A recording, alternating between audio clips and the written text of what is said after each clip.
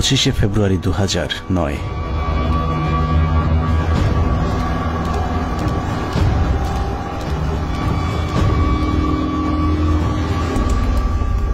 মহাজোট সরকার ক্ষমতায় আসার মাস দেড়েকের মাথায় বর্বরতম এক হত্যাকাণ্ডের মাধ্যমে ভেঙে দেয়া হয় সীমান্তে উঁচু করে যারা শত্রুর সামনে প্রাচীর হয়ে থাকত তাদের মেরুদণ্ড। বিডিআর সেনাবাহিনীর সমন্বয়ে গঠিত সুশৃঙ্খল একটি বাহিনীর মগজে বিষ বাষ্প ঢুকিয়ে উস্কে দেওয়া হয় হিংসা আর প্রতিশোধের আগুন। সেই আগুনেই পুড়েছে বিশ্বাস, আস্থা আর ভালোবাসায় তৈরি করা সাজানো গোছানো এক সুখের ঘর। পিলখানায় লাগা সে আগুনে শুধু যে 57 সেনা কর্মকর্তাই পুড়েছে তা নয়, সেই সাথে পুড়েছে কয়েক হাজার জওয়ানের সুখ, স্বপ্ন, সংসার। সীমান্ত অরক্ষিত করে ওদেরকে রক্ষিত করা হয়েছে কারারক্ষীদের ঘরে, যেই ঘরে দিন, মাস, বছর করে গুনে গুনে 15 বছর পার হয়েছে সীমান্ত রক্ষীদের। সেই থেকে ওপারের শত্রু যখন খুশি এপারে এসেছে কেউ তাদের বাধা দেয়নি, কারণ ওরাই ছিল আমাদের 1,44,000 বর্গ কিলোমিটার মানচিত্রের সীমানা প্রাচীর, যেই প্রাচীরে ক্ষত ধরিয়েই আমাদের মানচিত্রকে বিক্ষত করা হয়েছিল গেল 15টি বছর। মূলত 2009 সালের 25শে ফেব্রুয়ারি বিডিআরের হত্যাকাণ্ডই আমাদের গেল 15 বছরের ভাগ্য লিখে দিয়েছিল। এই 15 বছর বাংলাদেশের রাজনীতি, শিক্ষা, অর্থনীতি থেকে শুরু করে পুলিশ, প্রশাসন সবকিছু নিয়ন্ত্রণ করেছে ভারত, আর সবচেয়ে বেশি নিয়ন্ত্রণ করেছে বাংলাদেশ সেনাবাহিনীকে, যারাই ছিল একসময় আমাদের অহংকার। নারী, টাকা আর পদের লোভে সেনাবাহিনীর কিছু কর্মকর্তা তাদের মাথা বেচে দিয়েছিল ভারতের কাছে, যাদের পরিকল্পনাতেই খুন হয়েছিল দেশপ্রেমিক 57 জন সেনা কর্মকর্তা।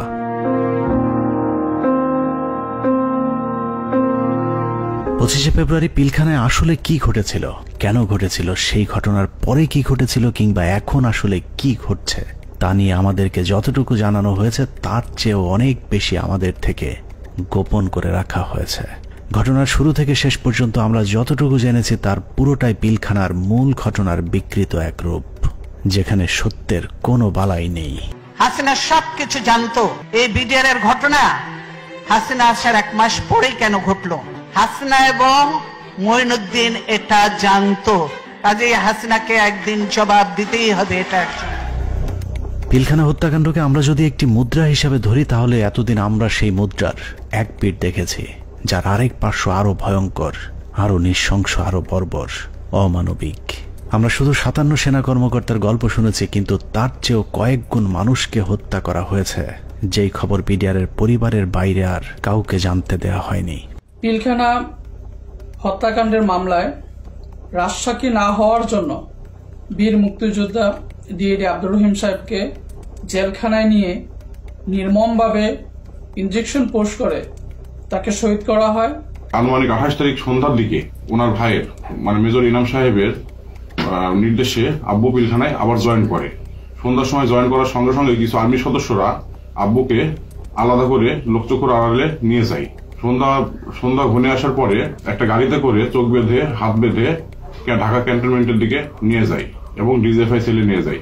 আব্বু তাদের কথাবার্তাতে বুঝতে পারে যে আব্বু ডিজিএফআই সেলে আছে। ওখানে সম্ভবত একটা 12 নম্বর কোন একটা রুমে আব্বুকে 10 থেকে 12 দিন রাখা হয় এবং অমানবিক নির্যাতন করা হয়। আপনার ইলেকট্রিক শক দেওয়া হয়, লিঙ্গে বাড়ি দেওয়া হয়, মানে অসহনীয় কষ্ট তাদেরকে সহ্য করতে হয়। ড্রিল মেশিন দিয়ে পা ছিদ্র করে, তারপর আপনার পেরেক দিয়ে হাতের পায়ে নখ উপড়িয়ে ফেলায়। 2009 সালে পিলখানায় যে হত্যাকাণ্ড শুরু হয়েছিল সেই হত্যাকাণ্ড এখনো শেষ হয়নি। 25 থেকে 27 তারিখ পর্যন্ত ভাড়াটে খুনিদের দিয়ে সেনা কর্মকর্তাদের খুন করা হয়েছে, আর 27 তারিখের পর থেকে সেনাবাহিনীর ঊর্ধ্বতন কর্মকর্তারা নিজেরাই খুনের কাজ চালিয়ে গিয়েছেন।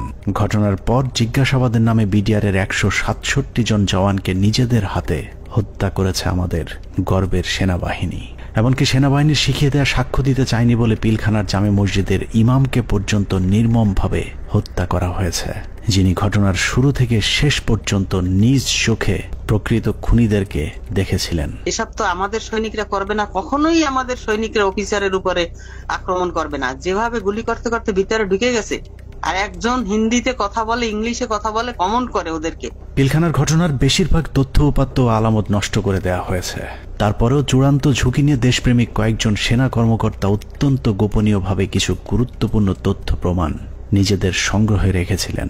বিডিআর হত্যাকাণ্ডের দিন বেঁচে যাওয়া কিংবা পিলখানার বাইরে থেকে বারবার ভেতরে ঢুকে অফিসারদের জীবন বাঁচানোর চেষ্টা করা, অথবা যারা ঘটনার সুষ্ঠু তদন্তের ব্যবস্থা করতে চেয়েছিলেন, এরকম একদল সেনা কর্মকর্তার সহায়তায় আমাদের আজকের অনুসন্ধানটি করা হয়েছে।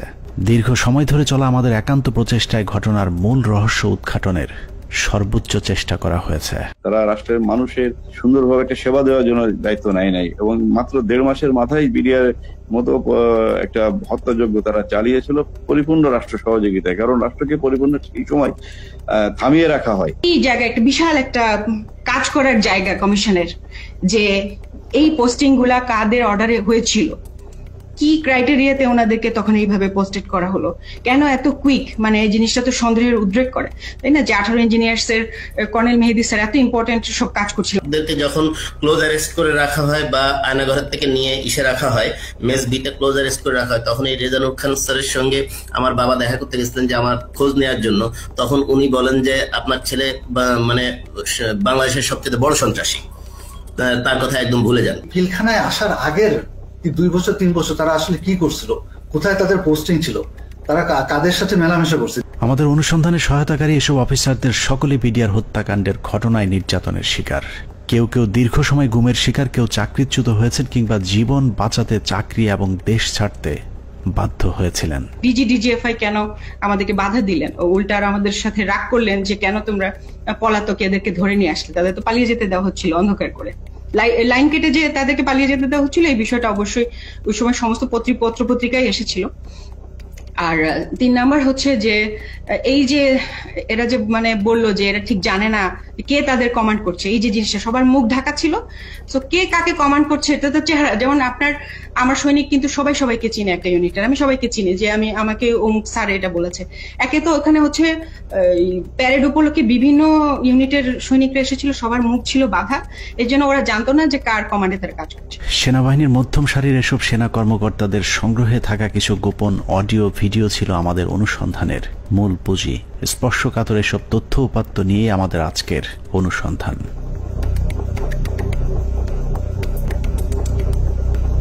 অনুসন্ধানের শুরুতেই একটি তদন্ত প্রতিবেদনের কয়েকটি লাইনে চোখ বোলানো যাক। যে প্রতিবেদনটি পিলখানা হত্যাকাণ্ডের পরের 18 কর্মদিবসের মধ্যে তৈরি করা হয়েছিল, কিন্তু আজও পর্যন্ত তা প্রকাশ করা হয়নি। কারণ এই প্রতিবেদনেই ঘটনার মূল রহস্য লুকিয়ে আছে। যদিও মূল ঘটনার 50 ভাগও প্রতিবেদনে উঠে আসেনি, যে কারণেই প্রতিবেদনের সীমাবদ্ধতায় বলা হয়েছে তদন্তের স্বার্থেই কমিটি কয়েকটি সংস্থার প্রধান গুরুত্বপূর্ণ ব্যক্তিকে জিজ্ঞাসাবাদ এবং বিভিন্ন গোয়েন্দা সংস্থার নিকট হতে গোয়েন্দা তথ্য সংগ্রহ করা আবশ্যক বলে মনে করেছে, কিন্তু পর্যাপ্ত সহযোগিতার অভাবে কাজগুলো করা সম্ভব হয়নি। ফলশ্রুতিতে পর্যাপ্ত তথ্য প্রমাণ সহ এই বিদ্রোহ এবং হত্যাকাণ্ডের মূল ষড়যন্ত্রকারীদেরকে শনাক্ত করা এবং ঘটনার পেছনের মূল কারণ বা মোটিভ উদ্ঘাটন করা সম্ভব হয়নি। এছাড়া প্রতিবেদনের মন্তব্যে বলা হয়েছে তদন্ত কমিটি সংশ্লিষ্ট গোয়েন্দা সংস্থা সমূহ যেমন এনএসআই, ডিজিএফআই, র্যাব, সিআইটি এবং পুলিশের এসবিকে তাদের সংগৃহীত বিভিন্ন গোয়েন্দা তথ্য প্রয়োজনীয় প্রমাণাদি পেশাগত দৃষ্টিকোণ থেকে বিশ্লেষণ করে কমিটির নিকট সরবরাহ করার জন্য অনুরোধ করেছিল, কিন্তু বর্ণিত সংস্থাসমূহ হতে কোনো সহযোগিতা পাওয়া যায়নি। প্রতিবেদনের এই লাইনগুলো পড়লেই বোঝা যায় পিলখানা হত্যাকাণ্ডের পরপর গঠিত ওই তদন্ত কমিটি ঘটনার মূল রহস্য উদ্ঘাটন করুক, এটা সরকার কিংবা সেনাবাহিনী কেউই চায়নি। ওই প্রতিবেদনের মতোই পিলখানা হত্যাকাণ্ডের সবকিছুই আমাদের থেকে আড়াল করে রাখা হয়েছে। 2009 সালের 25শে ফেব্রুয়ারি সকালে পিলখানায় দরবার শুরুর পর থেকে 26 তারিখ বিকেল 5টা পর্যন্ত সরকারের পক্ষ থেকে যা কিছু করা হয়েছে সবই জিম্মি হওয়া সেনা কর্মকর্তাদেরকে হত্যার উদ্দেশ্যে, কাউকে বাঁচানোর জন্য নয়। 25 তারিখ সকাল থেকেই তৎকালীন প্রধানমন্ত্রী শেখ হাসিনা, 3 বাহিনী প্রধান, ডিজিএফআই, এনএসআই প্রধান, সামরিক সচিব তারেক সিদ্দিকী সহ সকলেই সেনা কর্মকর্তাদের হত্যার মিশন সম্পূর্ণ করবার জন্য শেখ হাসিনার তৎকালীন সরকারি বাসভবন যমুনায় অবস্থান করছিলেন। পিলখানার ঘটনায় বেঁচে আসা সেনা কর্মকর্তাদের একজন মোহাম্মদ জাহিদি আহসান হাবিব দরবার হলে গোলাগুলি শুরুর পর তিনিই প্রথম জেনারেল তারেক সিদ্দিকীকে ফোন করে বলেছিলেন তাদেরকে বাঁচানোর জন্য, কিন্তু তারেক সিদ্দিকী ফোন কেটে দেন। তারপর থেকে আর তারেক সিদ্দিকীকে টেলিফোনে পাওয়া যায়নি। আমাদেরকে যাতে সাহায্য করার জন্য, যাতে আর্মি যাতে আমাদেরকে হেল্প করে, তার জন্য আমি জেনারেল তারেককে আমি সাহায্য চেয়েছিলাম। আমি জেনারেল তারেকের সাথে জেনারেল শাকিলের কথা বলে দিয়েছিলাম আর্মিরা যাতে এখানে ইন্টারভেনশন করে, আর্মি যাতে পাঠায়, কিন্তু তারা কোনো আর্মি পাঠায়নি বা আমাদের কোনো সাহায্য করা হয়নি।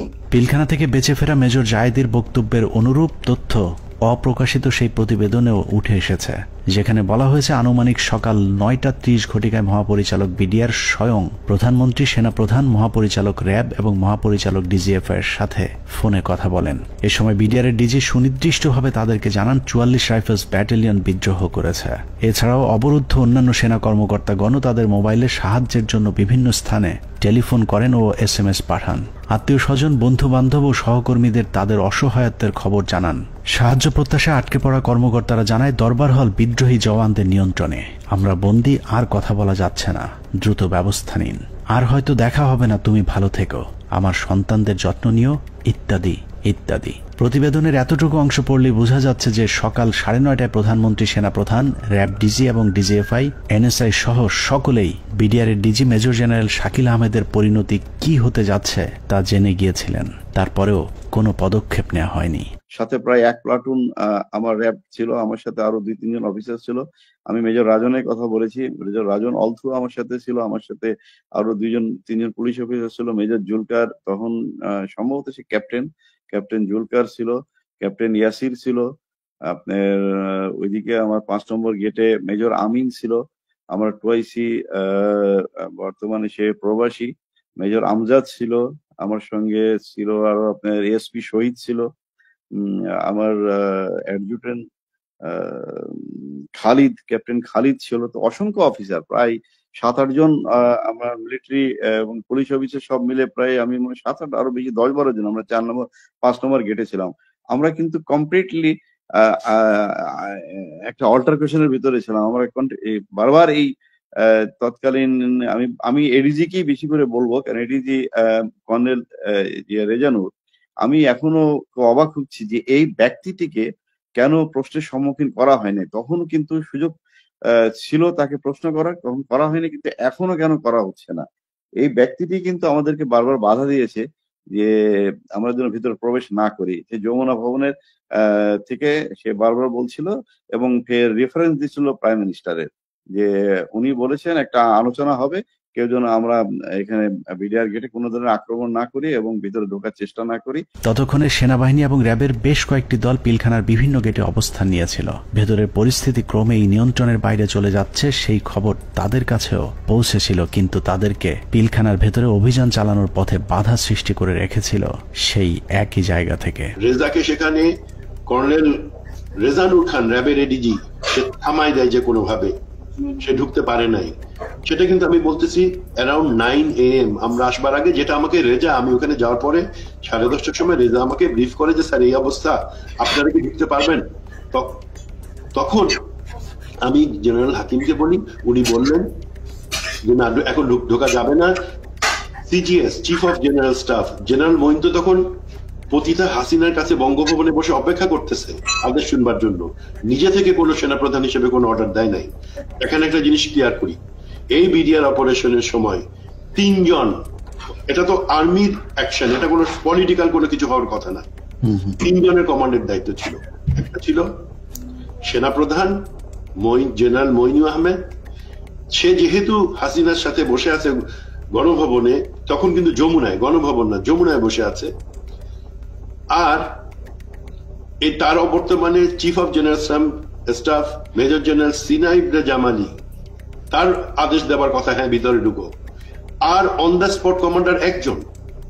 এখানে আমরা অনেক অফিসার ছিলাম, কিন্তু সবাই কমান্ডার দায়িত্ব সেখানে পায় না। নিয়ম অনুযায়ী ব্রিগেডিয়ার জেনারেল হাকিমের অন দ্য স্পট কমান্ডার, 3 জনের একজনের কাছ থেকে যদি আমরা আদেশ পাইতাম আমরা ভিতরে ঢুকতাম। অনুমতি দিচ্ছে করে চলতে থাকে কালক্ষেপণ। 9:30 থেকে শুরু করে 11টার মধ্যেই বেশিরভাগ অফিসারদের হত্যা করা হলেও কিছু কর্মকর্তা পালিয়ে যাবার কারণে হত্যার মিশন অসম্পূর্ণ থেকে যায়, যা শেষ করতে সময় লাগে পরদিন বিকেল 5টা পর্যন্ত। তবে দরবার হলের সামনের হত্যাকাণ্ড শেষে খুনিদের প্রথম দলকে বের করে দেওয়ার ব্যবস্থা করা হয়। 12:30 পিলখানার 3 নম্বর গেটের সামনে বিডিআরের পক্ষ থেকে শতাধিক মানুষের একটি মিছিল বের করা হয়। এসব মিছিল থেকে বিডিআর জওয়ানদের দাবি দেওয়ার প্রতি সমর্থন ব্যক্ত করে জয় বাংলা, জয় বিডিআর, বিডিআর জনতা ভাই ভাই ইত্যাদি স্লোগান দেওয়া হয়েছিল। জয় বাংলা মিছিল করা ওই দলটি ভেতরে ঢুকার কিছুক্ষণ পর বেরিয়ে আসে সংখ্যায় দ্বিগুণ হয়ে। ধারণা করা হয় ওই মিছিলের মাধ্যমে খুনিদের একটি অংশকে ভেতর থেকে নিরাপদে বের করে দেওয়ার সুযোগ করে দেওয়া হয়। যেখানে আর্মির অপারেশন, আর্মির করবার কথা, সেখানে বিভিন্ন আওয়ামী লীগের পলিটিক্যাল লোকজন ভিতরে ঢুকতেছে যাইতেছে। এর মধ্যে আমরা দেখতে পাচ্ছি আমাদের কাছে অফিসারদের কাছে বাইনকুলার, তাপস, মির্জা আজম, নানক, শেখ সেলিম, এরা সবাই কিন্তু যাওয়া আসা করতেছে ভিতরে। এবং এর মধ্যে আবার দেখলাম কি ছাত্রলীগ যুবলীগ মিলে একটা মিছিল বলে ওই নিউ মার্কেটের গেট থেকে ঢুকলো, তারা 20-25 জন হবে। তারা ঢুকে ওখানে কিছুক্ষণ, পুরাটা তার দেখা যায় না। আবার ঘন্টাখানেক পরে দেখলাম কি সেই মিছিল, তাদের হাতে কিন্তু আওয়ামী লীগের ব্যানার আছে, সেই মিছিল বের হয়ে যাচ্ছে। সেটা সংখ্যা হচ্ছে লোকের এখন 100 থেকে উপরে, 100-125 জন ঢুকছিল, 25 জন বাইরে হয়ে যাচ্ছে। সাথে সাথে আমরা সেটে যারা ছিল তাদেরকে জানালাম যে দেখো এই মিছিলটাকে আটকাও, এদের মধ্যে থেকে কিন্তু ভিতরে যারা কিলার তারা বের হয়ে তাদেরকে বের করে নিয়ে যাওয়া হইতেছে। বিডিআর কমপ্লেক্স যে ভিতরে যত সৈনিকরা ছিল তখন সবাই জাগো বলে যে যেদিকে পারলো বেরিয়ে চলে গেল। এটা হওয়ার কথা না। একটা ট্রেন সোলজার একটা এইভাবে পালিয়ে যেতে পারে না, যখন যতই গুলি হোক, কেননা তার কাছে কোনো অর্ডার আসেনি। এবং এই সময় কিছু অফিসারও কিন্তু পালিয়ে গিয়েছিল। তো আমাদেরকে বের করতে হবে হু অল অর, মানে ওই অফিসাররা কারা কারা। এই সময় পালানোর কথা না।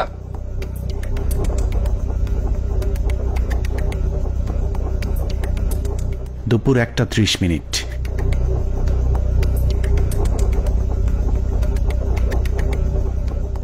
খুনের প্রথম পর্ব শেষ হবার পর শুরু হয় দ্বিতীয় পর্ব।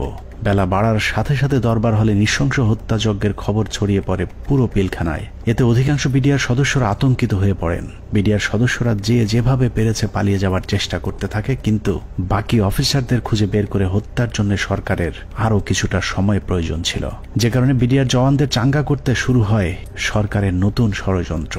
নাটকের এই পর্বে মঞ্চে আসে মুন্নি সাহা এবং জয় মামুন, যারাই প্রথম গুজব ছড়িয়ে দেন পিলখানায় অপারেশন ডাল ভাতের টাকা নিয়ে অসন্তোষের কারণেই বিডিআরের ডিজিকে জিম্মি করেছে বিডিআরের জওয়ানেরা। এর পরপরই সেনাবাহিনী নিয়ে নানা ধরনের উস্কানিমূলক তথ্য প্রচার করতে থাকে বিশেষ কয়েকটি গণমাধ্যম। অফিসারদের কি অবস্থা? অফিসার যারা ছিল দরবার হলে যারা ছিল তাদের কি অবস্থা? তারা অনেকে ভেঙে গেছে, অনেকে আমাদের জিম্মিতে আছে, তাদেরকে কিছু করা হয়নি। ওরা খুব ভালোভাবে জানে বিডিআর এর প্রতি কি অন্যায় অবিচার চলে। আপনাদের তো অনেক দিনের এটা ক্ষোভ, আজকে কেন? আজকে কোন পরিপ্রেক্ষিতে এটা করলেন? উনি বোঝেন না, উনি খালি আশা দেয়। এখন আমরা ওনাদেরকে আটক অবস্থায় রাখছি যাতে আমাদের দাবিগুলা মাননীয় প্রধানমন্ত্রী এবং স্বরাষ্ট্রমন্ত্রী আমাদের দাবি মানবেন। দেখছিলেন মুন্নি সাহার সঙ্গে বিশেষ। এ সময় নিজেদের লেখা বিভিন্ন ধরনের লিফলেট বিডিআরের নামে প্রচার করে গুজব ছড়াতে থাকে স্থানীয় আওয়ামী লীগের নেতাকর্মীরা। পিলখানার ভেতরেও ততক্ষণে বিডিআরের মাঝে ছড়িয়ে দেওয়া হয়েছে মিডিয়া এবং জনগণ আমাদের সাথে আছে। অপারেশন ডাল ভাতের টাকা মেরে খাওয়া সেনাবাহিনীর প্রতি এমনিতেই অনেকের ক্ষোভ ছিল, তার উপর সেনাবাহিনী যে কোনো সময় হামলা চালাতে পারে এমন গুজব ছড়িয়ে অস্ত্র হাতে তুলে দেওয়া হয় বিডিআরের সাধারণ জওয়ানদের হাতে।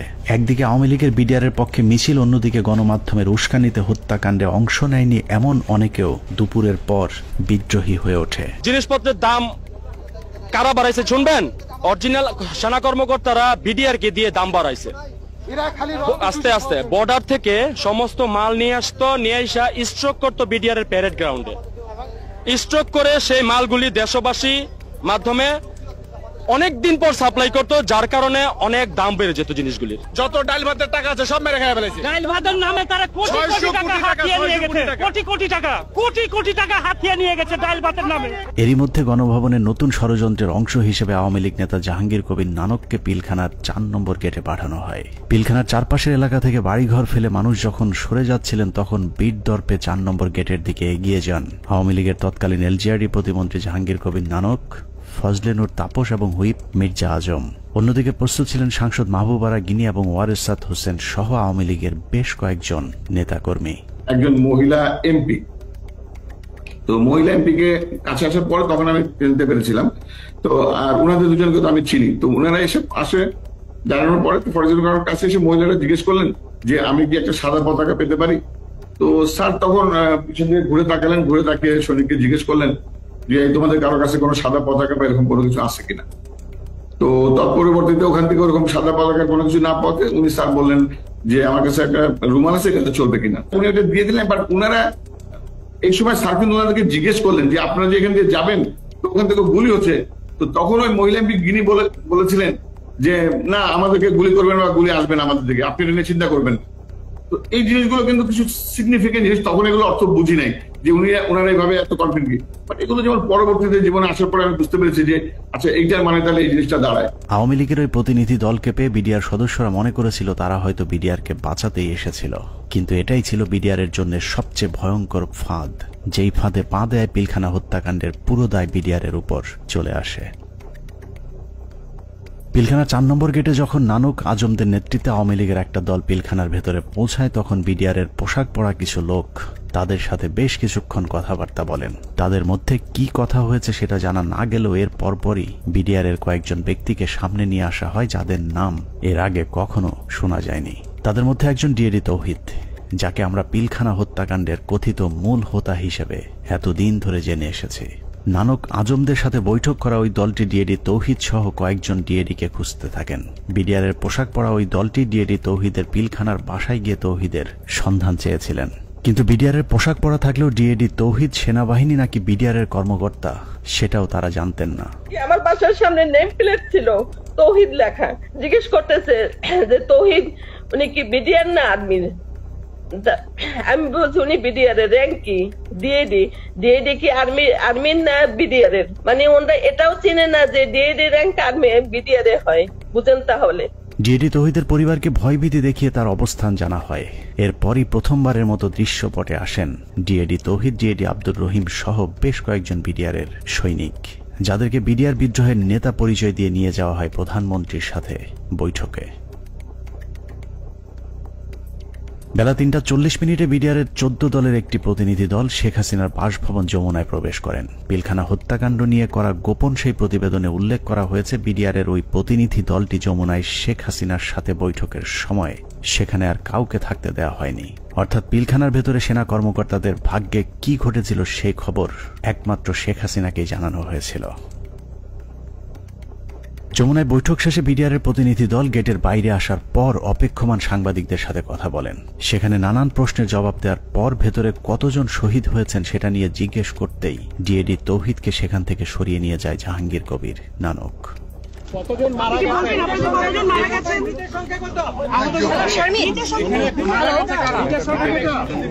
হাসিনার সাথে বিডিআরের সেই বৈঠকের মূল উদ্দেশ্য অফিসারদেরকে বাঁচানো কিংবা বিডিআরের আত্মসমর্পণ নয়, বরং বিডিআরকে জানিয়ে দেওয়া হয়েছিল কোনোভাবেই আত্মসমর্পণ করা চলবে না। যদিও বৈঠকের পর জানানো হয় বিডিআর অস্ত্র সমর্পণে রাজি হয়েছেন, কিন্তু ডিএডি তৌহিদকে পিলখানার ডিজি বানানো থেকে শুরু করে পিলখানার পরবর্তী ঘটনাবলী সবই ছিল শেখ হাসিনার তৈরি করা নাটকেরই অংশ। মাননীয় প্রধানমন্ত্রী তাদের আবেদনের পরিপ্রেক্ষিতে, বিডিআর সদস্য ভাইদের আবেদনের পরিপ্রেক্ষিতে আজকের ঘটনা সাধারণ ক্ষমা ঘোষণা করেছেন। সে বৈঠকের পর রহস্যজনক একটি বিষয় লক্ষ্য করা যায়। শেখ হাসিনা বিডিআরের প্রতিনিধি দলের সাথে বৈঠকে পিলখানায় আটকে পড়া নারী ও শিশুদের মুক্তির দাবি করলেও জিম্মি থাকা সেনা কর্মকর্তাদের মুক্তির বিষয়ে কোনো কথা বলেননি। ভিতরে যারা মহিলা, শিশু, সন্তানদের নিয়ে যারা আটকা পড়েছেন হেডকোয়ার্টারের ভিতরে, তাদেরকে এই মুহূর্তে তারা যাওয়ার পরিস্থিতি ব্যবস্থা করে দিবেন। কেন শুধুই নারী শিশুদের মুক্তি চাওয়া হয়েছিল সেই প্রশ্নের উত্তর জানতে আমরা 2009 সালের একটি জিজ্ঞাসাবাদের অডিও শুনে আসব, যেখানে পিলখানা হত্যাকাণ্ডে অভিযুক্ত হিসেবে জাহাঙ্গীর কবির নানককে সেনাবাহিনীর বিশেষ একটি তদন্তকারী দল জিজ্ঞাসাবাদ করেছিলেন। যদিও সেই অনুসন্ধান আর চলতে দেওয়া হয়নি, তারপরেও সেদিনের জিজ্ঞাসাবাদে কি কথা হয়েছিল তার পুরো ক্যাসেটটি সেনাবাহিনীর একটি সূত্র আমাদের কাছে পাঠিয়েছে। এত বড় একটা নেগোসিয়েশন হলো, ডিজি এবং অফিসার বা ফ্যামিলিদের বেরিয়ে আসার ব্যাপারে কোনো আপনার স্টেটমেন্ট তো ছিল না, বা না বলছি যে আপনার মানে এটা নেগোসিয়েশন ডিলের মধ্যে এটা হলো না কেন যে ঠিক আছে তোমরা এটা রাখো, এটা ছাড়ো, অস্ত্র দাও, এই কন্ডিশনস সবাইকে ছেড়ে দিল না, তাহলে তো কেউ যাবে নিয়ে আসবে বা ডিজির সাথে কথা হবে, আচ্ছা ঠিক আছে সাধারণ ক্ষমা হবে, কিন্তু তার আগে আমি ডিজির সাথে কথা বলে সেই পরিপ্রেক্ষিতে কিন্তু ওনারা ঢুকলেন মাননীয় স্বরাষ্ট্রমন্ত্রী মহোদয়। না ওইটা আমি বলতেছি যখন সাধারণ ক্ষমা ঘোষণার আগে লাস্ট একটা কন্ডিশন হওয়া উচিত ছিল যে আমি ডিজি যেহেতু আটকাছে বলতেছো, সুতরাং তোমাদের কাউকে পাঠাও, ডিজির সাথে আমি কথা বলে নিশ্চিত হতে চাই। মানে তখন কিন্তু অলরেডি দেশের 16 কোটি মানুষ কোনো না কোনো ভাবে আন্দাজ করে ফেলছে যে ডিজি মারা গেছে। 4টার সময় প্রাইম মিনিস্টার অফিসে যখন আলাপ হয়, তা এই আলাপের মধ্যে ডিজির মৃত্যুর বিষয়টা আসলো না কি করে, বা অল ইন্টেলিজেন্স সোর্সেস মিস করলো কি করে, যে আপনার কোনো প্রেস ব্রিফিং এও এটা আসলো না? ফ্যামিলি সরি আসছে, আমি এই যে বিষয়টা আমার কাছে আপনার প্রেস ব্রিফিং এ শুধু জিম্মির ব্যাপার এসছে, বা ডিজি বা তার অন্যান্য অফিসারদের রিলিজের ব্যাপারে যারা আটক আছেন তাদেরকে পার্টিকুলার ডিজি কথা বলা হয়নি স্যার।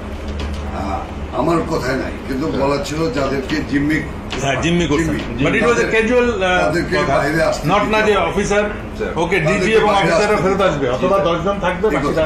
কিন্তু ওই DG being the main centre focal point of DGR, আমাদের কিন্তু প্রথমে আসলে ডিজি আছে কিনা এই জিনিসটা কিন্তু কোথাও কোনো প্রেস ব্রিফিং এ কোথাও, মানে সাধারণ ক্ষমার আগে তো এই কন্ডিশন হইতে হবে, যেটা হত্যাকারী তো সাধারণ ক্ষমা পেতে পারে। অল এরকম কিন্তু আলোচনা হয়েছে, কিন্তু পার্টিকুলারলি ডিজি বলানের শুধু ওখানে বলা ছিল যে সকল মহিলা, শিশু এবং অফিসাররা যারা জিম্মি, এই শব্দটা বলা হচ্ছে। আপনি বলেছেন যে সমস্ত মহিলা, শিশু, but you never talked about office DG এবং অন্যান্য অফিসার। স্যার আমি আপনাকে আপনার ভিডিও ক্লিপটা শোনাতে চাচ্ছি, একটু আমি দেখেন। সেনা কর্মকর্তাদের মুক্তি না চাওয়াটা কোনো ভুলবশত ঘটনা নয়, বরং শেখ হাসিনা জানতেন ওইসব কর্মকর্তাদেরকে এরই মধ্যে হত্যা করা হয়েছে, যে কারণেই তাদের মুক্তি না চেয়ে বরং নিহত সেনা কর্মকর্তাদের লাশ গুম এবং বেঁচে যাওয়া বাকি কর্মকর্তাদের খুঁজে খুঁজে মারার জন্য আরও কালক্ষেপণ করা হয়েছিল। সে কারণে বৈঠক শেষে বিডিআরের সদস্যরা পিলখানায় যাবার পর আবারও নতুন করে গোলাগুলি শুরু হয়। অপ্রকাশিত ওই প্রতিবেদনে বলা হয়েছে, এ সময় বিদ্রোহীরা তাদের অপকর্মের সুবিধার্থে পিলখানার অভ্যন্তরে বিশেষ বিশেষ স্থানে বিদ্যুৎ নিভিয়ে দেয়, কিন্তু সরকারের পক্ষ থেকে ওইসব এলাকায় বিকল্প ব্যবস্থায় আলোকিত করার কোনো ব্যবস্থা করা হয়নি এবং তদন্তকারী দল এ ব্যাপারে কোনো সদুত্তরও দেয়নি। প্রতিবেদনের পরের অংশে অত্যন্ত গুরুত্বপূর্ণ কিছু তথ্য দেওয়া হয়েছে, যেখানে বলা হয়েছে সরকার ঘোষিত সিদ্ধান্ত ও আলোচনার প্রেক্ষিতে পিলখানার ভেতরে আটককৃত অফিসার ও তাদের পরিবারের সদস্যদের বের করে আনার সুযোগ হতে পারে, এ চিন্তায় ডিএমপির 10টি ট্রাক ও 10টি বাস 4 নম্বর গেটের সামনে নিয়ে যাওয়া হয়। সেই 10টি ট্রাক ও 10টি বাসে করে কাদেরকে নেওয়া হয়েছিল সেই প্রশ্নের উত্তর পাওয়া গেলেই অনেক কিছু পরিষ্কার হয়ে যাবে। রাত 8টায় হোটেল আম্বালাইনে শুরু হয় নাটকের আরেক পর্ব। বিডিআর প্রতিনিধি দলের সাথে তৎকালীন স্বরাষ্ট্রমন্ত্রী অ্যাডভোকেট সাহারা খাতুনের আবারও বৈঠক শুরু হয়। এ সময় তার সাথে পুলিশের আইজিপি, র্যাবের ডিজি, গোয়েন্দা সংস্থার কর্মকর্তা ছাড়াও যথারীতি নানক ও আজমও উপস্থিত ছিলেন। এসব আলোচনাগুলোতে আসলে বিডিআরের কোনো সিদ্ধান্ত জানানোর সুযোগ ছিল না। সরকারের পক্ষ থেকে যা সিদ্ধান্ত নেওয়া হতো সেটাই বিডিআরের দাবি বলে প্রচার করা হয়েছে। ওই মিটিং শেষে গণমাধ্যমকে আবারও জানানো হয় বিডিআর অস্ত্র সমর্পণে রাজি হয়েছেন, তবে সেনাবাহিনীর কাছে নয়, তারা পুলিশের কাছে অস্ত্র সমর্পণ করবেন। কথা মতো রাত 1টায় স্বরাষ্ট্রমন্ত্রী সাহারা খাতুন, আইন প্রতিমন্ত্রী অ্যাডভোকেট কামরুল ইসলাম এবং পুলিশের মহাপরিদর্শক সহ আওয়ামী লীগের কয়েকজন নেতাকর্মী একটি বিশেষ গাড়ি যোগে পিলখানার ভেতরে প্রবেশ করেন। আওয়ামী লীগের প্রতিনিধি দলের পিলখানায় যাবার মূল উদ্দেশ্য কি ছিল সেটা পরিষ্কার হয়ে যাবে তাদের সন্দেহজনক কিছু কার্যক্রম দেখলেই। প্রতিনিধি দলের প্রথমেই সেনাবাহিনীর জিম্মি থাকা কর্মকর্তাদের খুঁজে বের করার কথা থাকলেও সাহারা খাতুন সহ প্রতিনিধি দলটি কয়েকটি বাসায় গিয়ে মাত্র 15 জনকে উদ্ধার করে নিয়ে আসেন। অথচ সেনাবাহিনীর কর্মকর্তারা কোথায় আছেন, তাদের পরিবারের কি পরিণতি হয়েছে, এ ব্যাপারে কোনো আগ্রহ দেখায়নি আওয়ামী লীগের ওই প্রতিনিধি দলটি। গণমাধ্যম যেন এ বিষয়ে কোনো প্রশ্ন তুলতে না পারে সেজন্যও শুধুমাত্র বিটিভির একজন পরীক্ষিত আওয়ামী সাংবাদিককে পিলখানার ভেতরে নিয়ে যাওয়া হয়, যার নাম মুশফিকা নাজনীন, যিনি মুন্নী শাহর ঘনিষ্ঠ বান্ধবী। 25 তারিখ থেকে পরবর্তী কয়েকদিনের সব অপকর্মের সাক্ষী সাংবাদিক মুশফিকা নাজনীনকে জিজ্ঞাসাবাদ করলে ওই রাতের অনেক প্রশ্নের উত্তর পাওয়া যাবে। সেই রাতে সবচেয়ে রহস্যজনক ঘটনা হলো, হোটেল আম্বালায় বৈঠক শেষে সাংবাদিকদের জানানো হয়েছিল বিডিআর সেনাবাহিনীর পরিবর্তে পুলিশের কাছে অস্ত্র সমর্পণে রাজি হয়েছে। অথচ সরকারের প্রতিনিধি দলটি 10,000 বিডিআরের অস্ত্র জমা নিতে পিলখানায় আইজিপি ছাড়া কোনো পুলিশ সদস্য তাদের সাথে নেয়নি। ভেতরে কেন পুলিশ নিয়ে যাওয়া হয়নি সেই বিষয়টি জানতে 2009 সালের 27 ফেব্রুয়ারি অ্যাডভোকেট কামরুল ইসলামকে জিজ্ঞাসাবাদ করেছিল তদন্তকারী দল। সেই রেকর্ডের একটি কপি আমাদের অনুসন্ধানে উঠে এসেছে। কোর্টের থেকে যখন বেরিয়ে আসেন মাননীয় স্বরাষ্ট্রমন্ত্রী বলেন যে ঠিক আছে আপনারা জমা দিতে থাকেন, আমরা যাই। না জমা রাখার পরে যেটা উনি বাইরে এসেও মিডিয়াকে বলেছিলেন, যারা ওনারা জমা দিচ্ছেন আমি চলে আসছি। হ্যাঁ এইটাই মনে হয় চাবি নিচে না দিচ্ছে, সকাল পর্যন্ত তারা সব জমা করে দেবে, সকাল পর্যন্ত তারা সব জমা করে দেবে। আমাদের 8টা সাড়ে 8টার মধ্যে আমরা আবার পুলিশের হ্যান্ড ওভার করে দেবে পিঠে। এটি কিন্তু ফাইনাল কথা আমাদের সাথে। সে অনুযায়ী সকালে আমরা গেছিও আবার মানে পুলিশকে হ্যান্ড ওভার করবে, কিন্তু কোনো পুলিশ যায়নি ভিতরে। না বলছি যে না, রাত্রে যে হ্যান্ড ওভার হলো, রাত্রে তো পুলিশের কাছে যায় নাই, সুতরাং তাদের কাছে ছিল, তাদের কাছে রয়ে গেল। পুরো ঘটনাটা যে পরিকল্পিত সেটা বিটিভির ধারণ করা ওই ফুটেজ দেখলেই বোঝা যাবে। বিডিআর এর সকল সদস্যের অস্ত্র সমর্পণ করার কথা থাকলেও হাতে গোনা কয়েকজন তাদের অস্ত্র জমা দেয়।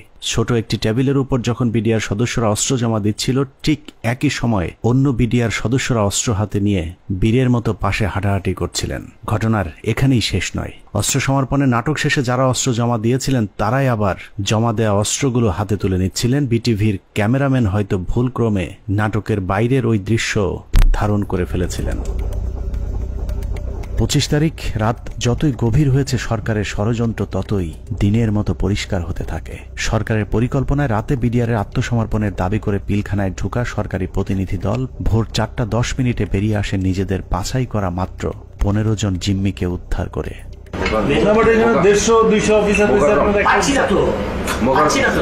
তাহলে মানে যে কোনো হোস্টেজ রেস্কিউ, মানে যে কোনো হোস্টেজ রেস্কিউ অপারেশনে প্রথম তো আমার হোস্টেজের কে কে আছে, অফিসার এবং তার পরিবার, কয়জন অফিসারকে আমার সাথে আনলাম, কয়জন প্লাস হোস্টেজের মধ্যে সব থেকে বড় হোস্টেজ যেটা ডিজি এবং তার পরিবার, তাদের কেউই আসলো না। তাদের বেঁচে আছে না মরে গেছে তাও জানলাম না। তাহলে হোস্টেজ অপারেশন কি হবে? রেস্কিউ করতে যান,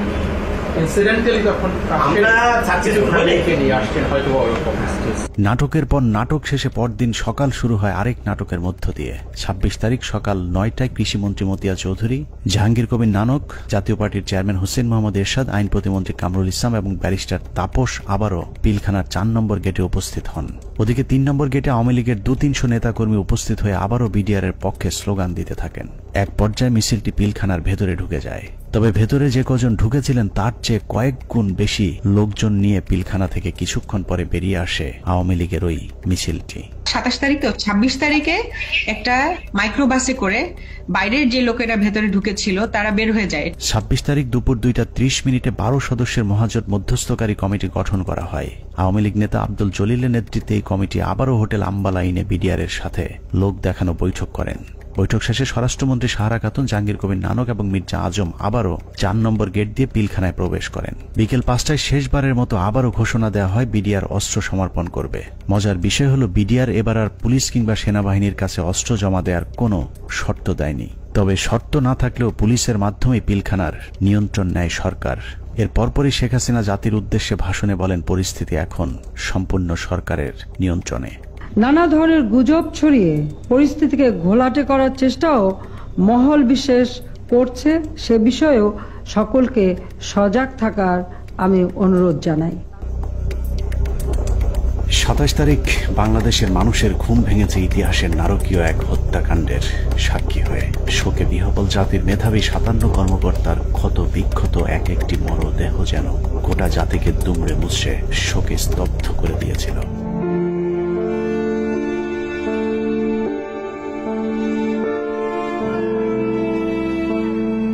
এভাবেই শেষ হয় শ্বাসরুদ্ধকর পিলখানা ট্র্যাজেডির 33 ঘন্টা।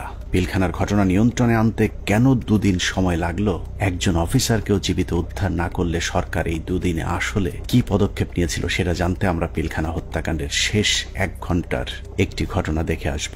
27 তারিখ বিকেল 5টায় বিডিআরের অস্ত্র সমর্পণের ঘণ্টাখানেক আগে শেখ তাপসের নেতৃত্বে একটি দল শেষবারের মতো মাইকিং করে জীবিত কেউ থাকলে বের হয়ে আসার অনুরোধ করেছিলেন। মাইকিং শুনে যেসব সেনা কর্মকর্তারা জীবন বাঁচাতে গাড়ির কাছে গিয়েছিলেন তাদের একজন ক্যাপ্টেন তানভীর, যার লাশ এখনো খুঁজে পাওয়া যায়নি।